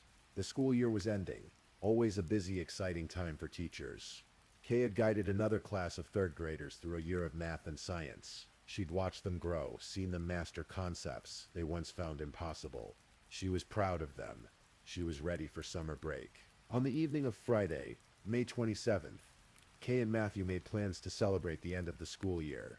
They would meet up with friends Kelly and Sean Andrews at the Landing Bar and Grill in Valrico, a casual restaurant and bar not far from home. It was supposed to be a fun, relaxing evening, a couple's night out. Drinks, dinner, conversation, laughter. The evening started well enough. Security cameras captured Kay in good spirits, smiling and chatting with her friends. She wore comfortable clothes, just a casual Friday night out. Matthew was there beside her, drinking steadily as the evening progressed. The atmosphere was festive. Music played, people danced. Kay, ever social and warm, was enjoying herself. At one point, Kay went to the restroom. On her way back, she spotted her friend Kelly near the bar. The two women embraced, happy to see each other, and began dancing together, just a spontaneous moment of joy between friends. The music was good. The mood was light. As they danced, a man in a white shirt walked past them. He was a complete stranger, unknown to either woman. Caught up in the festive atmosphere, he pumped his fist in the air and briefly joined their dance before continuing on to the restroom. It lasted maybe 5 seconds. It meant nothing, but Matthew Terry saw it. When he emerged from the bathroom moments later, his entire demeanor had changed. His face darkened. His jaw clenched. He approached Kay, and Kelly immediately sensed the shift in energy. "I saw you dancing with that guy," Matthew said, his voice tight with accusation. Kay was confused. "What guy? What are you talking about? The guy in the white shirt?" "I saw you." Kay tried to explain that she'd been dancing with Kelly, but the man was a stranger who'd merely walked past them, that nothing had happened. But Matthew didn't believe her. He wouldn't believe. Kelly stepped in, trying to defuse the situation. "Matthew, you're being ridiculous. She was dancing with me. Some random guy just walked by for a second." That's it. But Matthew's jealousy had taken hold. Kelly later recalled him saying something strange. "I want to protect my queen and my kingdom."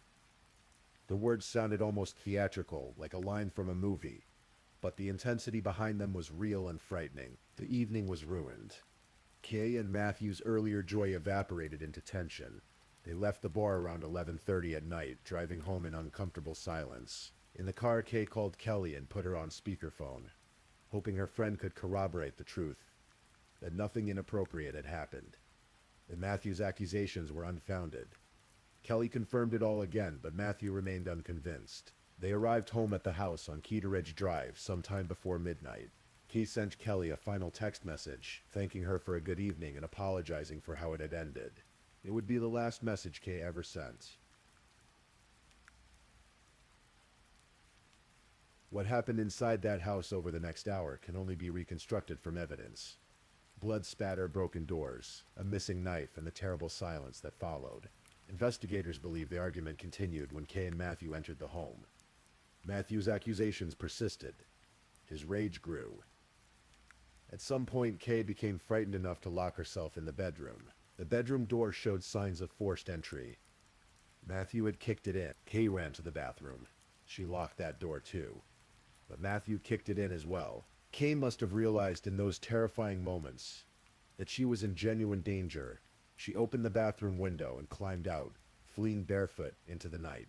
She ran through her own backyard between houses, trying to reach safety, trying to reach neighbors who might help. But Matthew followed her. He had taken a knife from the butcher block in the kitchen, a 3-inch paring knife.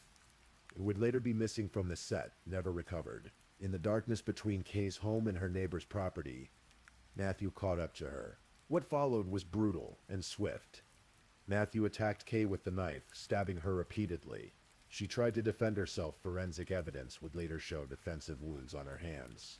But she couldn't fight off a man armed with a blade. Matthew stabbed her in the neck, in the shoulder, in the back. He cut her throat deeply, severing her carotid artery and jugular vein. The wound was so deep that the medical examiner would later testify that it appeared Matthew had attempted to decapitate her. Kay collapsed face down on the ground in her neighbor's yard. With every beat of her heart, she bled. Within minutes, she was dying.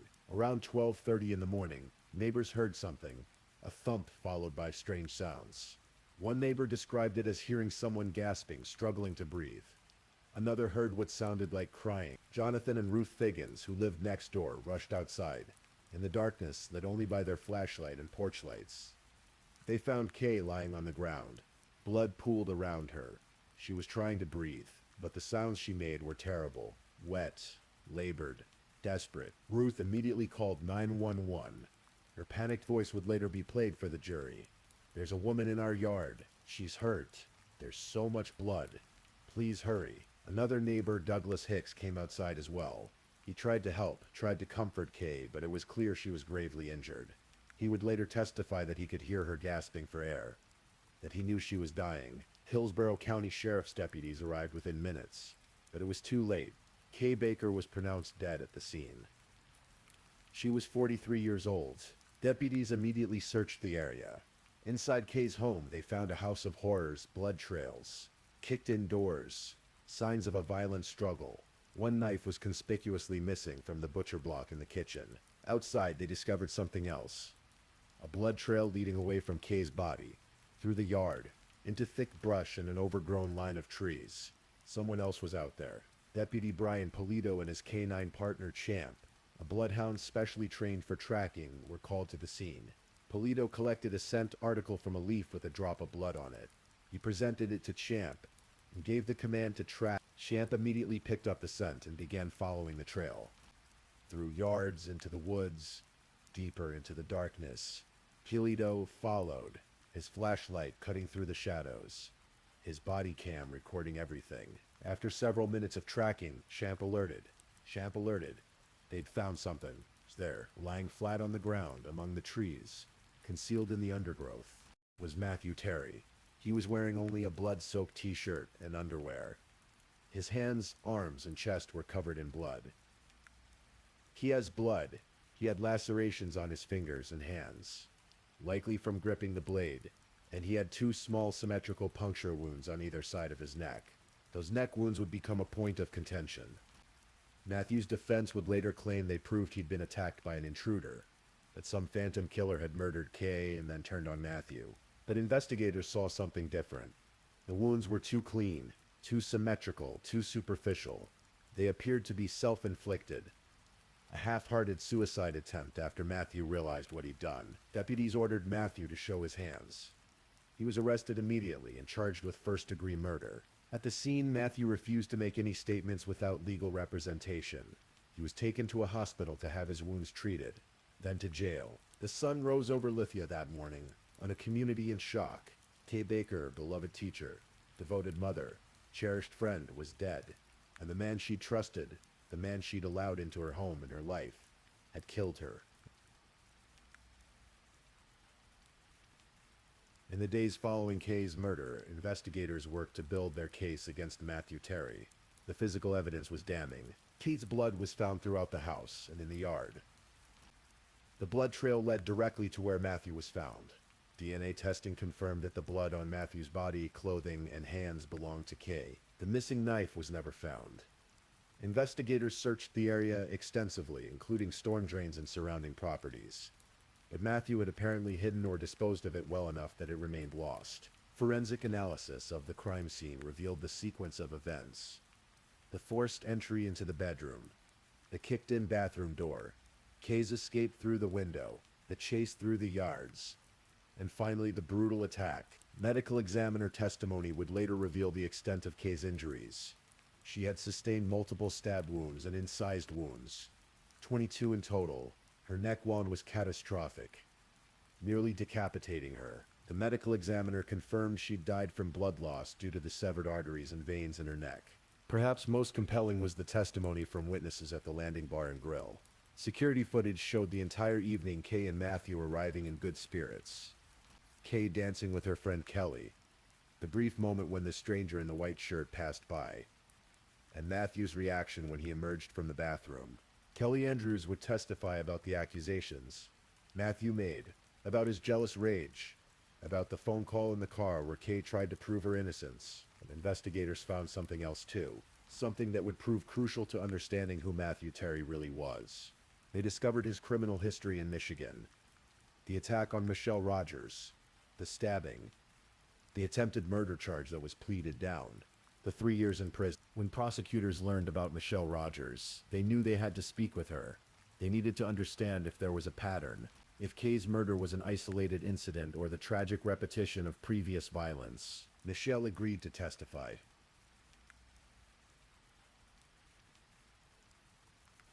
Matthew Terry's trial began in November of 2022, just 6 months after Kay's murder.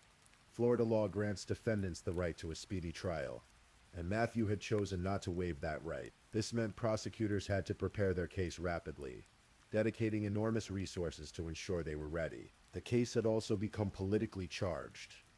The original Hillsborough State Attorney, Andrew Warren, had decided not to seek the death penalty, but in August of 2022, Florida Governor Ron DeSantis suspended Warren from office over unrelated policy disagreements. He appointed Susan Lopez as the interim state attorney. One of Lopez's first decisions was to reverse course and seek the death penalty against Matthew Terry. She argued that his actions were especially heinous, cruel, and atrocious, and that given his history of violent behavior, a death sentence was warranted.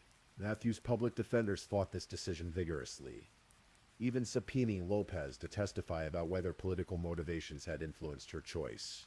The motion was ultimately denied, but the controversy added an extra layer of intensity to an already high-profile case. The trial itself lasted 5 days.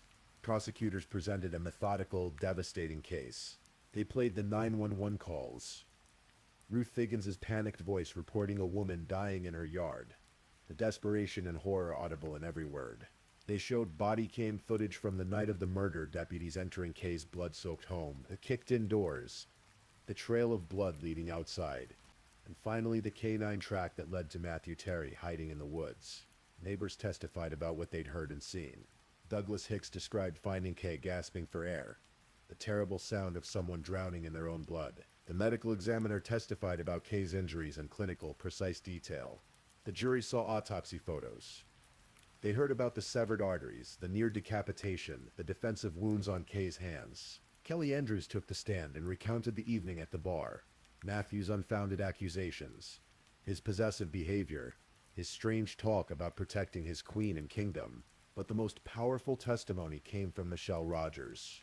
On the second day of the trial, Michelle flew to Florida from Michigan. She took the witness stand and through tears told the jury what Matthew Terry had done to her 5 years earlier. She described St. Patrick's Day 2017 in excruciating detail. The bar hopping, Matthew's increasing intoxication, The attack in their home. The stabbing. The bite marks. Lying in the snow, convinced she was going to die. I remember thinking, if you don't get this knife from him, he's gonna kill you, Michelle testified. The parallels were unmistakable. Both attacks involved alcohol. Both involved jealousy. Both involved kitchen knives. Both involved neck stabbings. Both occurred after the women tried to escape. The only difference was that Michelle had survived. Matthew's defense attorneys tried to offer an alternative theory. They suggested that a phantom home intruder had attacked Kay and then stabbed Matthew when he tried to chase the intruder down. They pointed to the wounds on Matthew's neck as proof of this theory. They questioned why only 10 of the 50 blood samples had been tested for DNA. They noted the absence of the murder weapon. They tried to create reasonable doubt, but in closing arguments, prosecutor Justin Diaz dismantled this theory piece by piece. Do not believe in the phantom killer, he told the jury. One person has Kay Baker's blood on his hands, both literally and figuratively. Matthew Terry killed Kay Baker. He ran from the scene. Those wounds on his neck, they're self-inflicted. He tried to end his own life after he realized what he'd done. Matthew Terry had initially expressed a desire to testify in his own defense. Multiple times he told the judge he wanted to take the stand, but ultimately, following his attorney's advice, he chose not to. On November 15th, 2022, after deliberating for just over 1 hour, the jury returned with a verdict: guilty of first-degree murder. Matthew showed little emotion as the verdict was read. Kay's family and friends in the courtroom wept. The trial now moved to the penalty phase, where the same jury would decide whether Matthew Terry should be sentenced to death or life in prison without the possibility of parole. During this phase, both sides presented evidence about Matthew's character and Kay's life. Prosecutors highlighted Matthew's previous conviction, his pattern of violence against women, and the brutal nature of Kay's murder. They argued that he was a danger to society who would kill again if given the chance. The defense presented testimony about Matthew's upbringing in Michigan. His family described him as a shy but curious child who loved fishing and the outdoors. They painted a picture of a man who had made terrible choices but who had once been someone's son, someone's brother, but it was Kay's family and friends who delivered the most powerful testimony. Kay's stepmother, Christine MP, addressed Matthew directly from the witness stand. "What words did Kay say that night to justify you killing her?" she asked, her voice breaking. How bad could those words be? Did she say her dad was right? That Michelle was right? Was that what got her a death sentence? She continued, "It is very unsettling as a parent to fear for your daughter because of the partner they've chosen. I feared for Kay's life. Her dad feared for Kay's life. And I don't understand why she did not." Then she looked directly at Matthew and said, "I hope you fear for your life." Kay's older sister, Carrie Rebold, spoke about the void Kay's death had left in their family.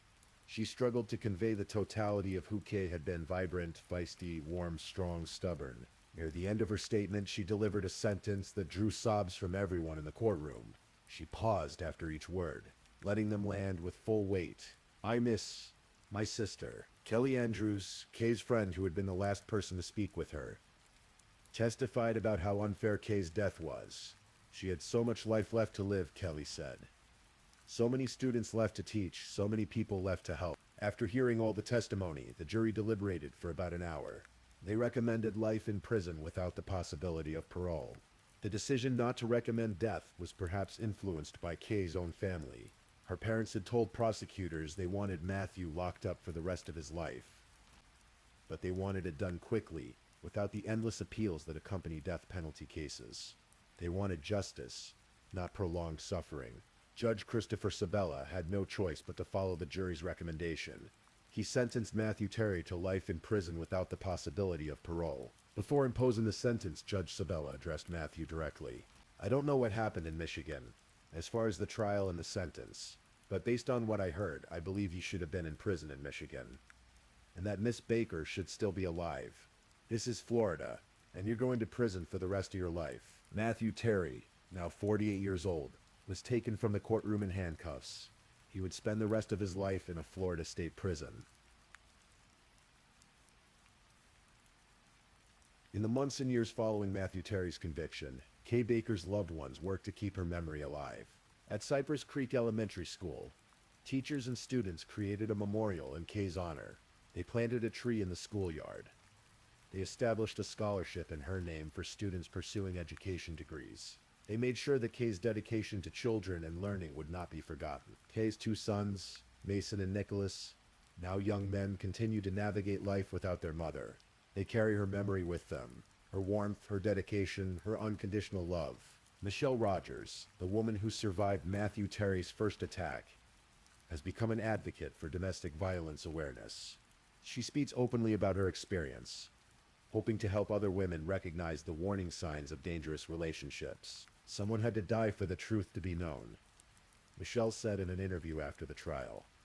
And that's heartbreaking. She's right. Kay Baker's death was entirely preventable. If Matthew Terry had served his full sentence in Michigan, if parole boards had listened to Michelle's warnings, if there had been more serious consequences for his first attempt to murder a woman, but none of those things happened.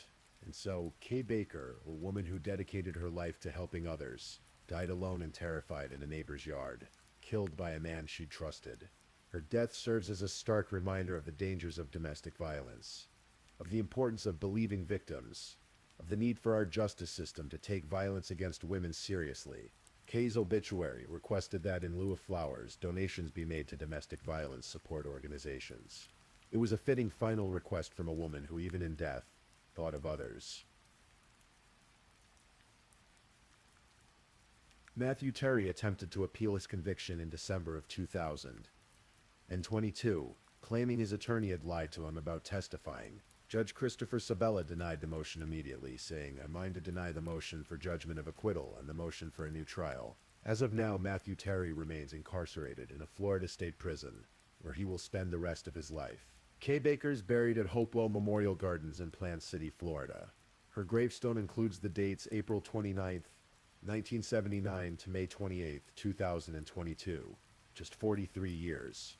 Far too short. But in those 43 years, Kay touched countless lives. She taught hundreds of students. She showed up for her sons every single day. She made people smile. She gave generously. She loved deeply. In the end, that's what we remember about Kay Baker. Not how she died, but how she lived. A teacher, a mother, a friend, a light in her community. Gone, but never forgotten. Please, if you're still awake, let's move on to our last story.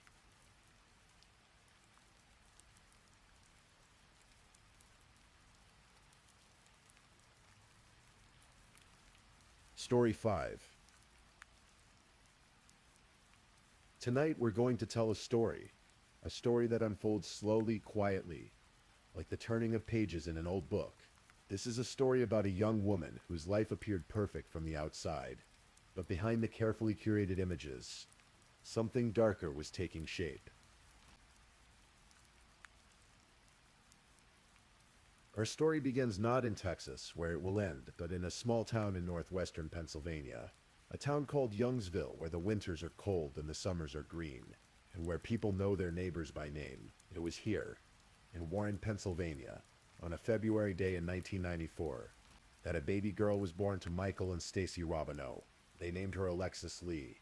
From the beginning, Alexis, or Lexi as her family called her, was bright. Not just bright in the way parents see their own children, but genuinely, measurably intelligent. She grew up in Youngsville with her two younger sisters, Toby and Riley. The Robineau home was filled with the ordinary chaos of three daughters, but Alexis seemed to navigate it all with grace. Her mother, Stacy, was a teacher. She understood learning, understood potential, and she saw both in her eldest daughter. By the time Alexis reached high school, she had become the kind of student teachers remember years later. She was curious about everything: science, health, the mysteries of how the body works.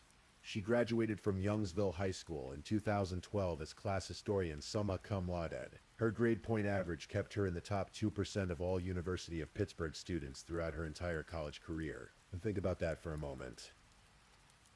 The top 2%, not just good, but exceptional. She chose the University of Pittsburgh at Bradford, a small campus nestled in the Allegheny Mountains. There she studied biology with minors in nutrition and psychology. The human body fascinated her, how it worked, how to keep it healthy, how nutrition affected everything from mood to energy. She graduated in 2016 with her degree. and the world seemed to open before her. But something happened during what she called her gap year, something that shifted her path.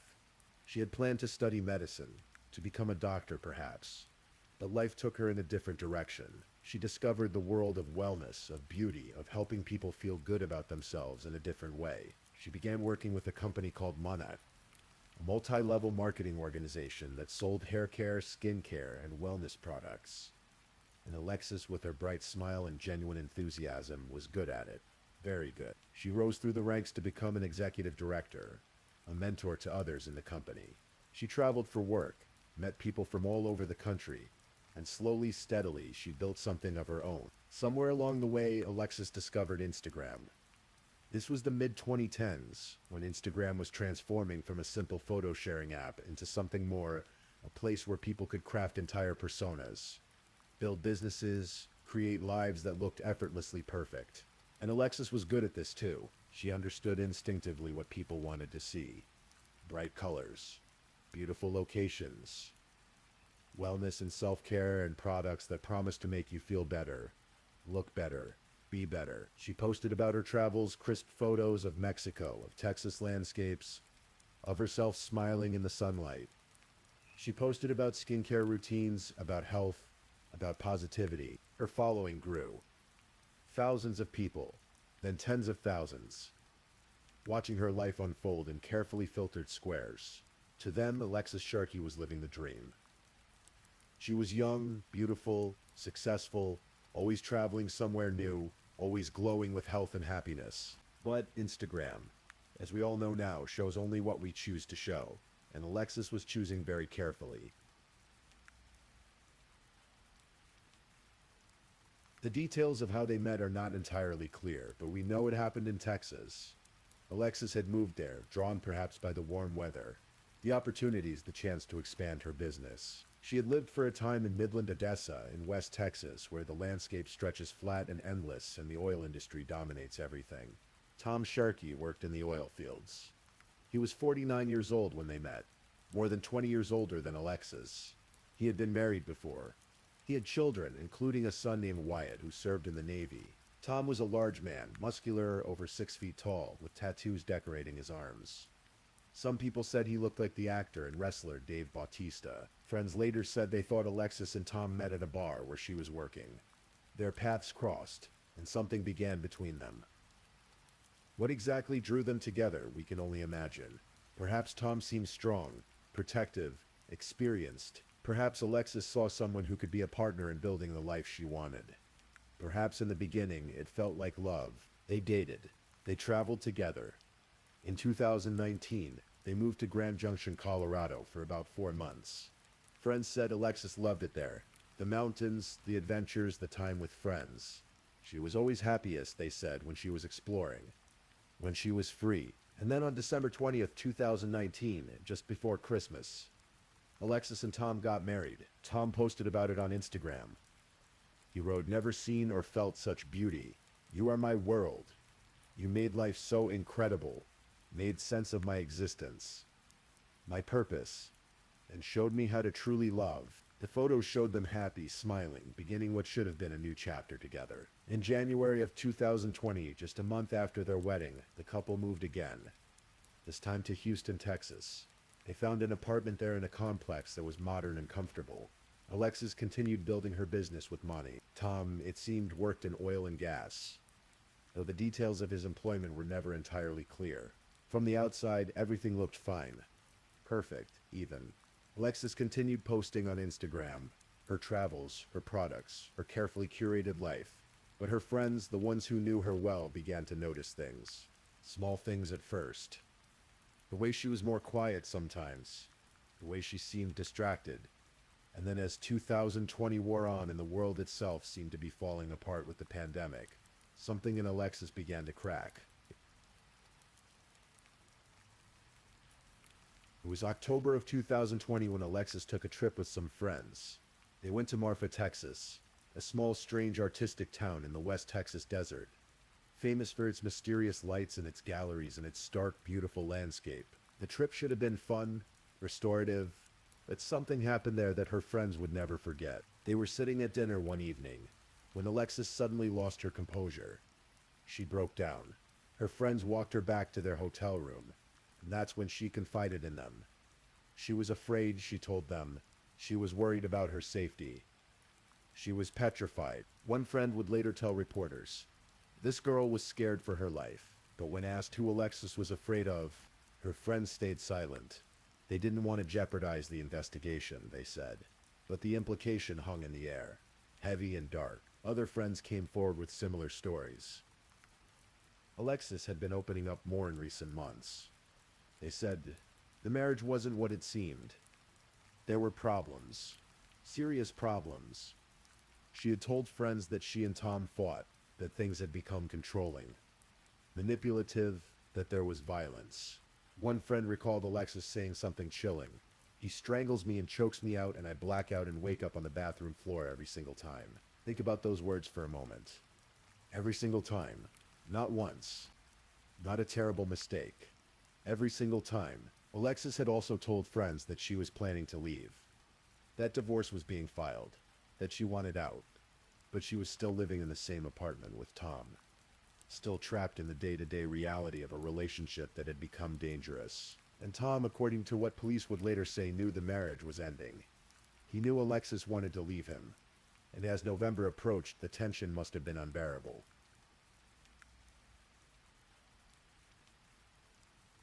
Thanksgiving in 2020 fell on November 26th. For many Americans, it was a strange holiday. The pandemic was still raging and families were cautioned not to gather. But Alexis spent Thanksgiving with friends. Not with Tom. They shared a meal together, and it must have felt for a moment like safety. The day before Thanksgiving, November 25th, Alexis spoke with her mother on the phone. They made plans. They were going to spend Christmas together. Alexis was going to book flights. Stacy Robineau, back home in Pennsylvania, looked forward to having her daughter home for the holidays. It was the last time mother and daughter would speak. Friday, November 27th. The day after Thanksgiving. Alexis was last seen alive around 6 o'clock in the evening. What happened in those hours is something only one person truly knows, but we can piece together what came next. Tom later told a story about that evening. He said they had been arguing. He said Alexis couldn't drive under the influence, that she left anyway. He said she understood me, I understood her. We didn't fight when she left, but friends said Alexis was usually inseparable from her phone. She was active on social media constantly, and suddenly on that Friday evening she went dark. No calls, no texts, no Instagram stories, nothing. For someone like Alexis, whose entire business and social life revolved around her online presence, this silence was deafening. Saturday, November 28th, Tom told family members that Alexis was missing. He posted on Instagram, thanking followers for their help in finding her. He said he was receiving death threats from people who accused him of being involved. He defended himself online, saying people should be ashamed of themselves for pointing fingers. But he didn't call the police himself. It was her mother and her friends who raised the alarm, who knew something was terribly wrong. And then around 8:30 that Saturday morning, a city worker made a discovery that would shock the nation. The location was the 1000 block of Red Haw Lane in West Houston, in an area called the Energy Corridor. It's near Interstate 10 and Eldridge Parkway, not far from where Alexis and Tom lived, but far enough that she couldn't have walked there easily. The city worker saw something in the bushes by the side of the road. As he approached, the shape resolved into something terrible. It was a body, a woman. She was nude, lying there as if she had been left, discarded. The police were called. The medical examiner arrived.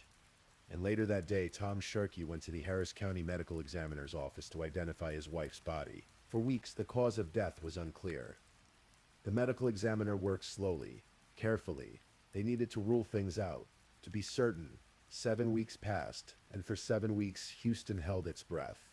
The story had gone national. A beautiful young influencer, found dead and naked by the side of the road.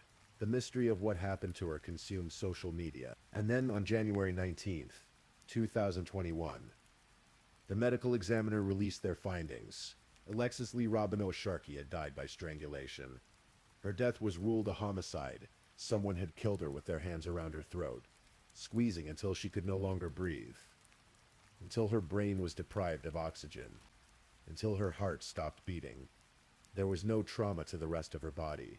No signs that she had walked to where she was found. No attempt had been made to conceal her. She had been strangled, and then she had been dumped like trash on a Houston street.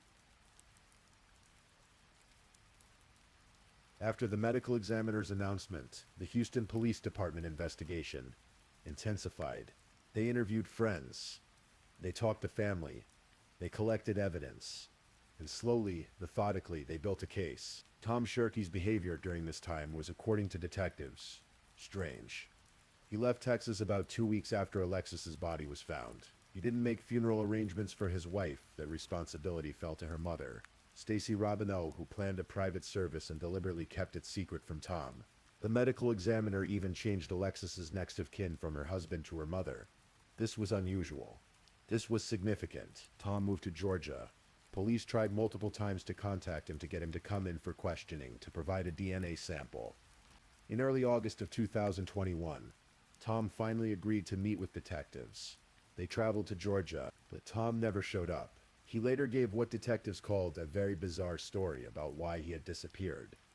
Shortly after that, he relocated again, this time to Florida, to Fort Myers, where he was staying with his daughter and her partner. Throughout this time, Tom maintained his innocence online. He posted memories of Alexis on Facebook. He called her the most amazing woman. He said people didn't understand. He said their marriage had been good, that he had been the one supporting her, building her back up when she was stressed. But detectives were building a different picture. They documented a history of domestic violence in the relationship. They confirmed that Alexis had been talking about divorce. They established that Tom was evasive, untruthful, trying to throw them off by suggesting other possible suspects. And most importantly, they determined something crucial. Tom Sharkey was the only person who had the means, motive, and opportunity to have killed Alexis. The means. He had physical access to her. He was strong enough to strangle her. The motive. The marriage was ending. She was leaving him. For someone who had written, "You made sense of my existence," the loss of Alexis must have been intolerable. The opportunity. They lived together. She was last seen on that Friday evening at their apartment.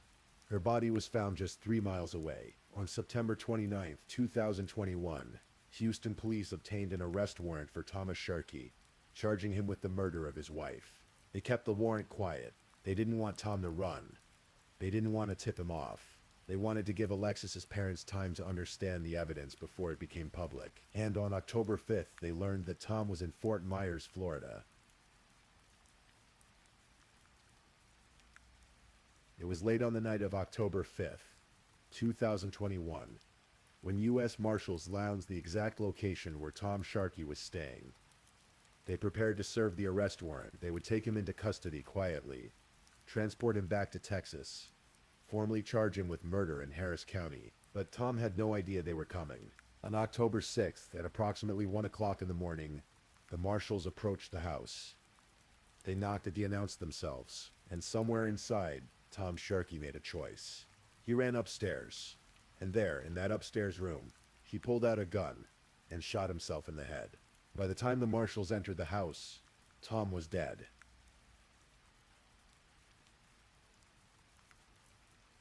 And so the case ended, not in a courtroom, but in a house in Florida with a gunshot wound. Tom Sharkey never stood trial. He was never formally charged. He never had to answer for what he had done. There was no jury, no testimony, no victim impact statement where Alexis's mother could look at him and tell him what he had taken from their family.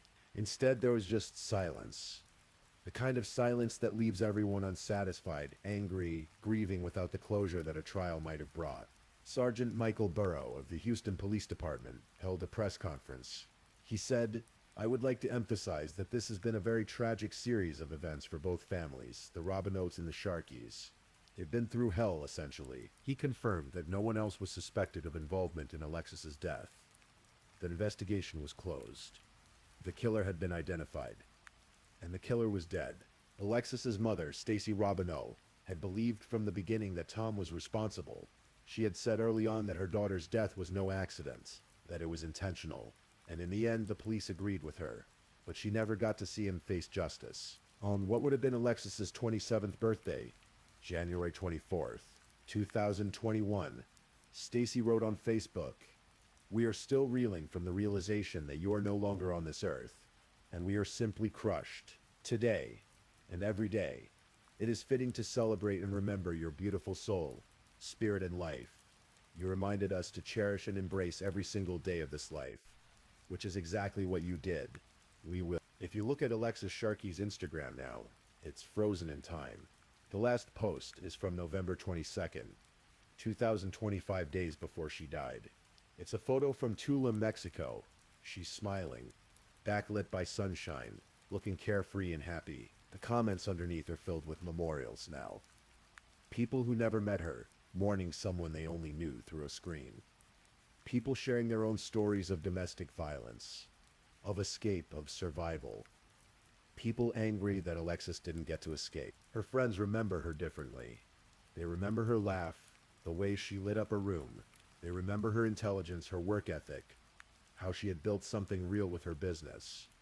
They remember the warmth she showed to everyone, even when she was struggling herself. Brittany Pember, who worked with Alexis at Monage, said, "She worked her butt off to get to where she was, and to see such success in a person who was just a couple years older than me was absolutely incredible." Lauren Norling Martin, another friend, described the moment she learned about the arrest warrant. "I think this news we all kind of knew, but this just made it that much more real. I'm angry and sad all over again, but ready for justice to be served for our friend." But justice in the traditional sense never came. What we're left with is a story that repeats itself too often. A young woman with her whole life ahead of her. A relationship that became dangerous. Friends who saw the warning signs but couldn't save her. And a man who, rather than face what he had done, chose to end his own life. Late at night, when stories like this one settle into our minds, we're left with questions. Questions that don't have easy answers. Could Alexis have been saved? If someone had intervened earlier, if the police had been called during one of those fights, if she had left sooner, would she still be alive? Why didn't Tom let her go? Why does someone who claims to love another person choose violence instead of letting them leave? What transforms love into possession, into control, into the kind of rage that ends in strangulation? And what about the people who are living this story right now? The people trapped in relationships that are slowly and visibly becoming dangerous. How do we help them? How do we create a world where leaving is easier, safer, more possible? These are the questions that keep us awake. These are the questions that cases like Alexis Sharkey's force us to confront. According to the Centers for Disease Control, intimate partner violence affects millions of people in the United States every year. Strangulation is one of the most dangerous forms of domestic violence. Those who have been strangled by a partner are significantly more likely to be killed by that partner in the future. It's a warning sign, a red flag, a scream for help that often goes unheard. Alexis told her friends she was being strangled. She told them she would black out and wake up on the bathroom floor. Every single time. And somehow, despite telling people, despite confiding her fear, she didn't escape. This isn't a judgment of Alexis. Leaving an abusive relationship is one of the most dangerous times for the victim. It's complicated by finances, by fear, by love that hasn't entirely died, by hope that things might change. It's complicated by a society that still asks, why didn't she just leave? Instead of asking, why did he hurt her? Alexis Sharkey tried to leave. She was planning to leave. She talked about divorce, and it may have been that decision to leave that ultimately led to her death. And so we come to the end of this story. Not a satisfying end, perhaps.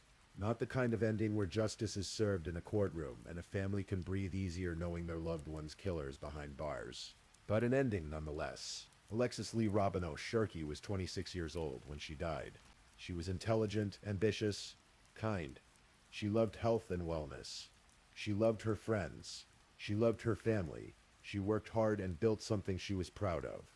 She had plans for Christmas with her mother. She had a whole life ahead of her. And all of that was taken from her on a November night in 2020 by someone who had promised to love her. If you're listening to this and you recognize yourself in Alexis's story, if you're in a relationship that frightens you, if someone has hurt you, if you've been strangled or threatened or controlled, please know that there is help. The National Domestic Violence Hotline is available 24 hours a day at 1-800-799-7233. You can also text START to 88788. You deserve to be safe. You deserve to be free. And if you knew someone like Alexis, if you have a friend who might be in danger, trust your instincts. Sometimes the act of reaching out, of saying I'm worried about you, can make all the difference. Rest now. Let this story settle. Let yourself feel whatever you need to feel. Sadness, anger, frustration at a system that didn't protect her. At a man who couldn't let her go, at a life cut short. And perhaps in the morning, carry forward the memory of Alexis Sharkey. Not as a victim frozen in tragedy, but as a person who mattered, who is remembered, who deserved so much more than what she got. Sleep well, and hold tight to the people you love. Thank you for listening to tonight's true crime story. Rest peacefully knowing that another story awaits you next time, ready to accompany you on another journey toward restorative sleep. But if you're still awake, don't forget to like and subscribe so you don't miss our next true crime stories. And until next time, stay safe and take care. Good night.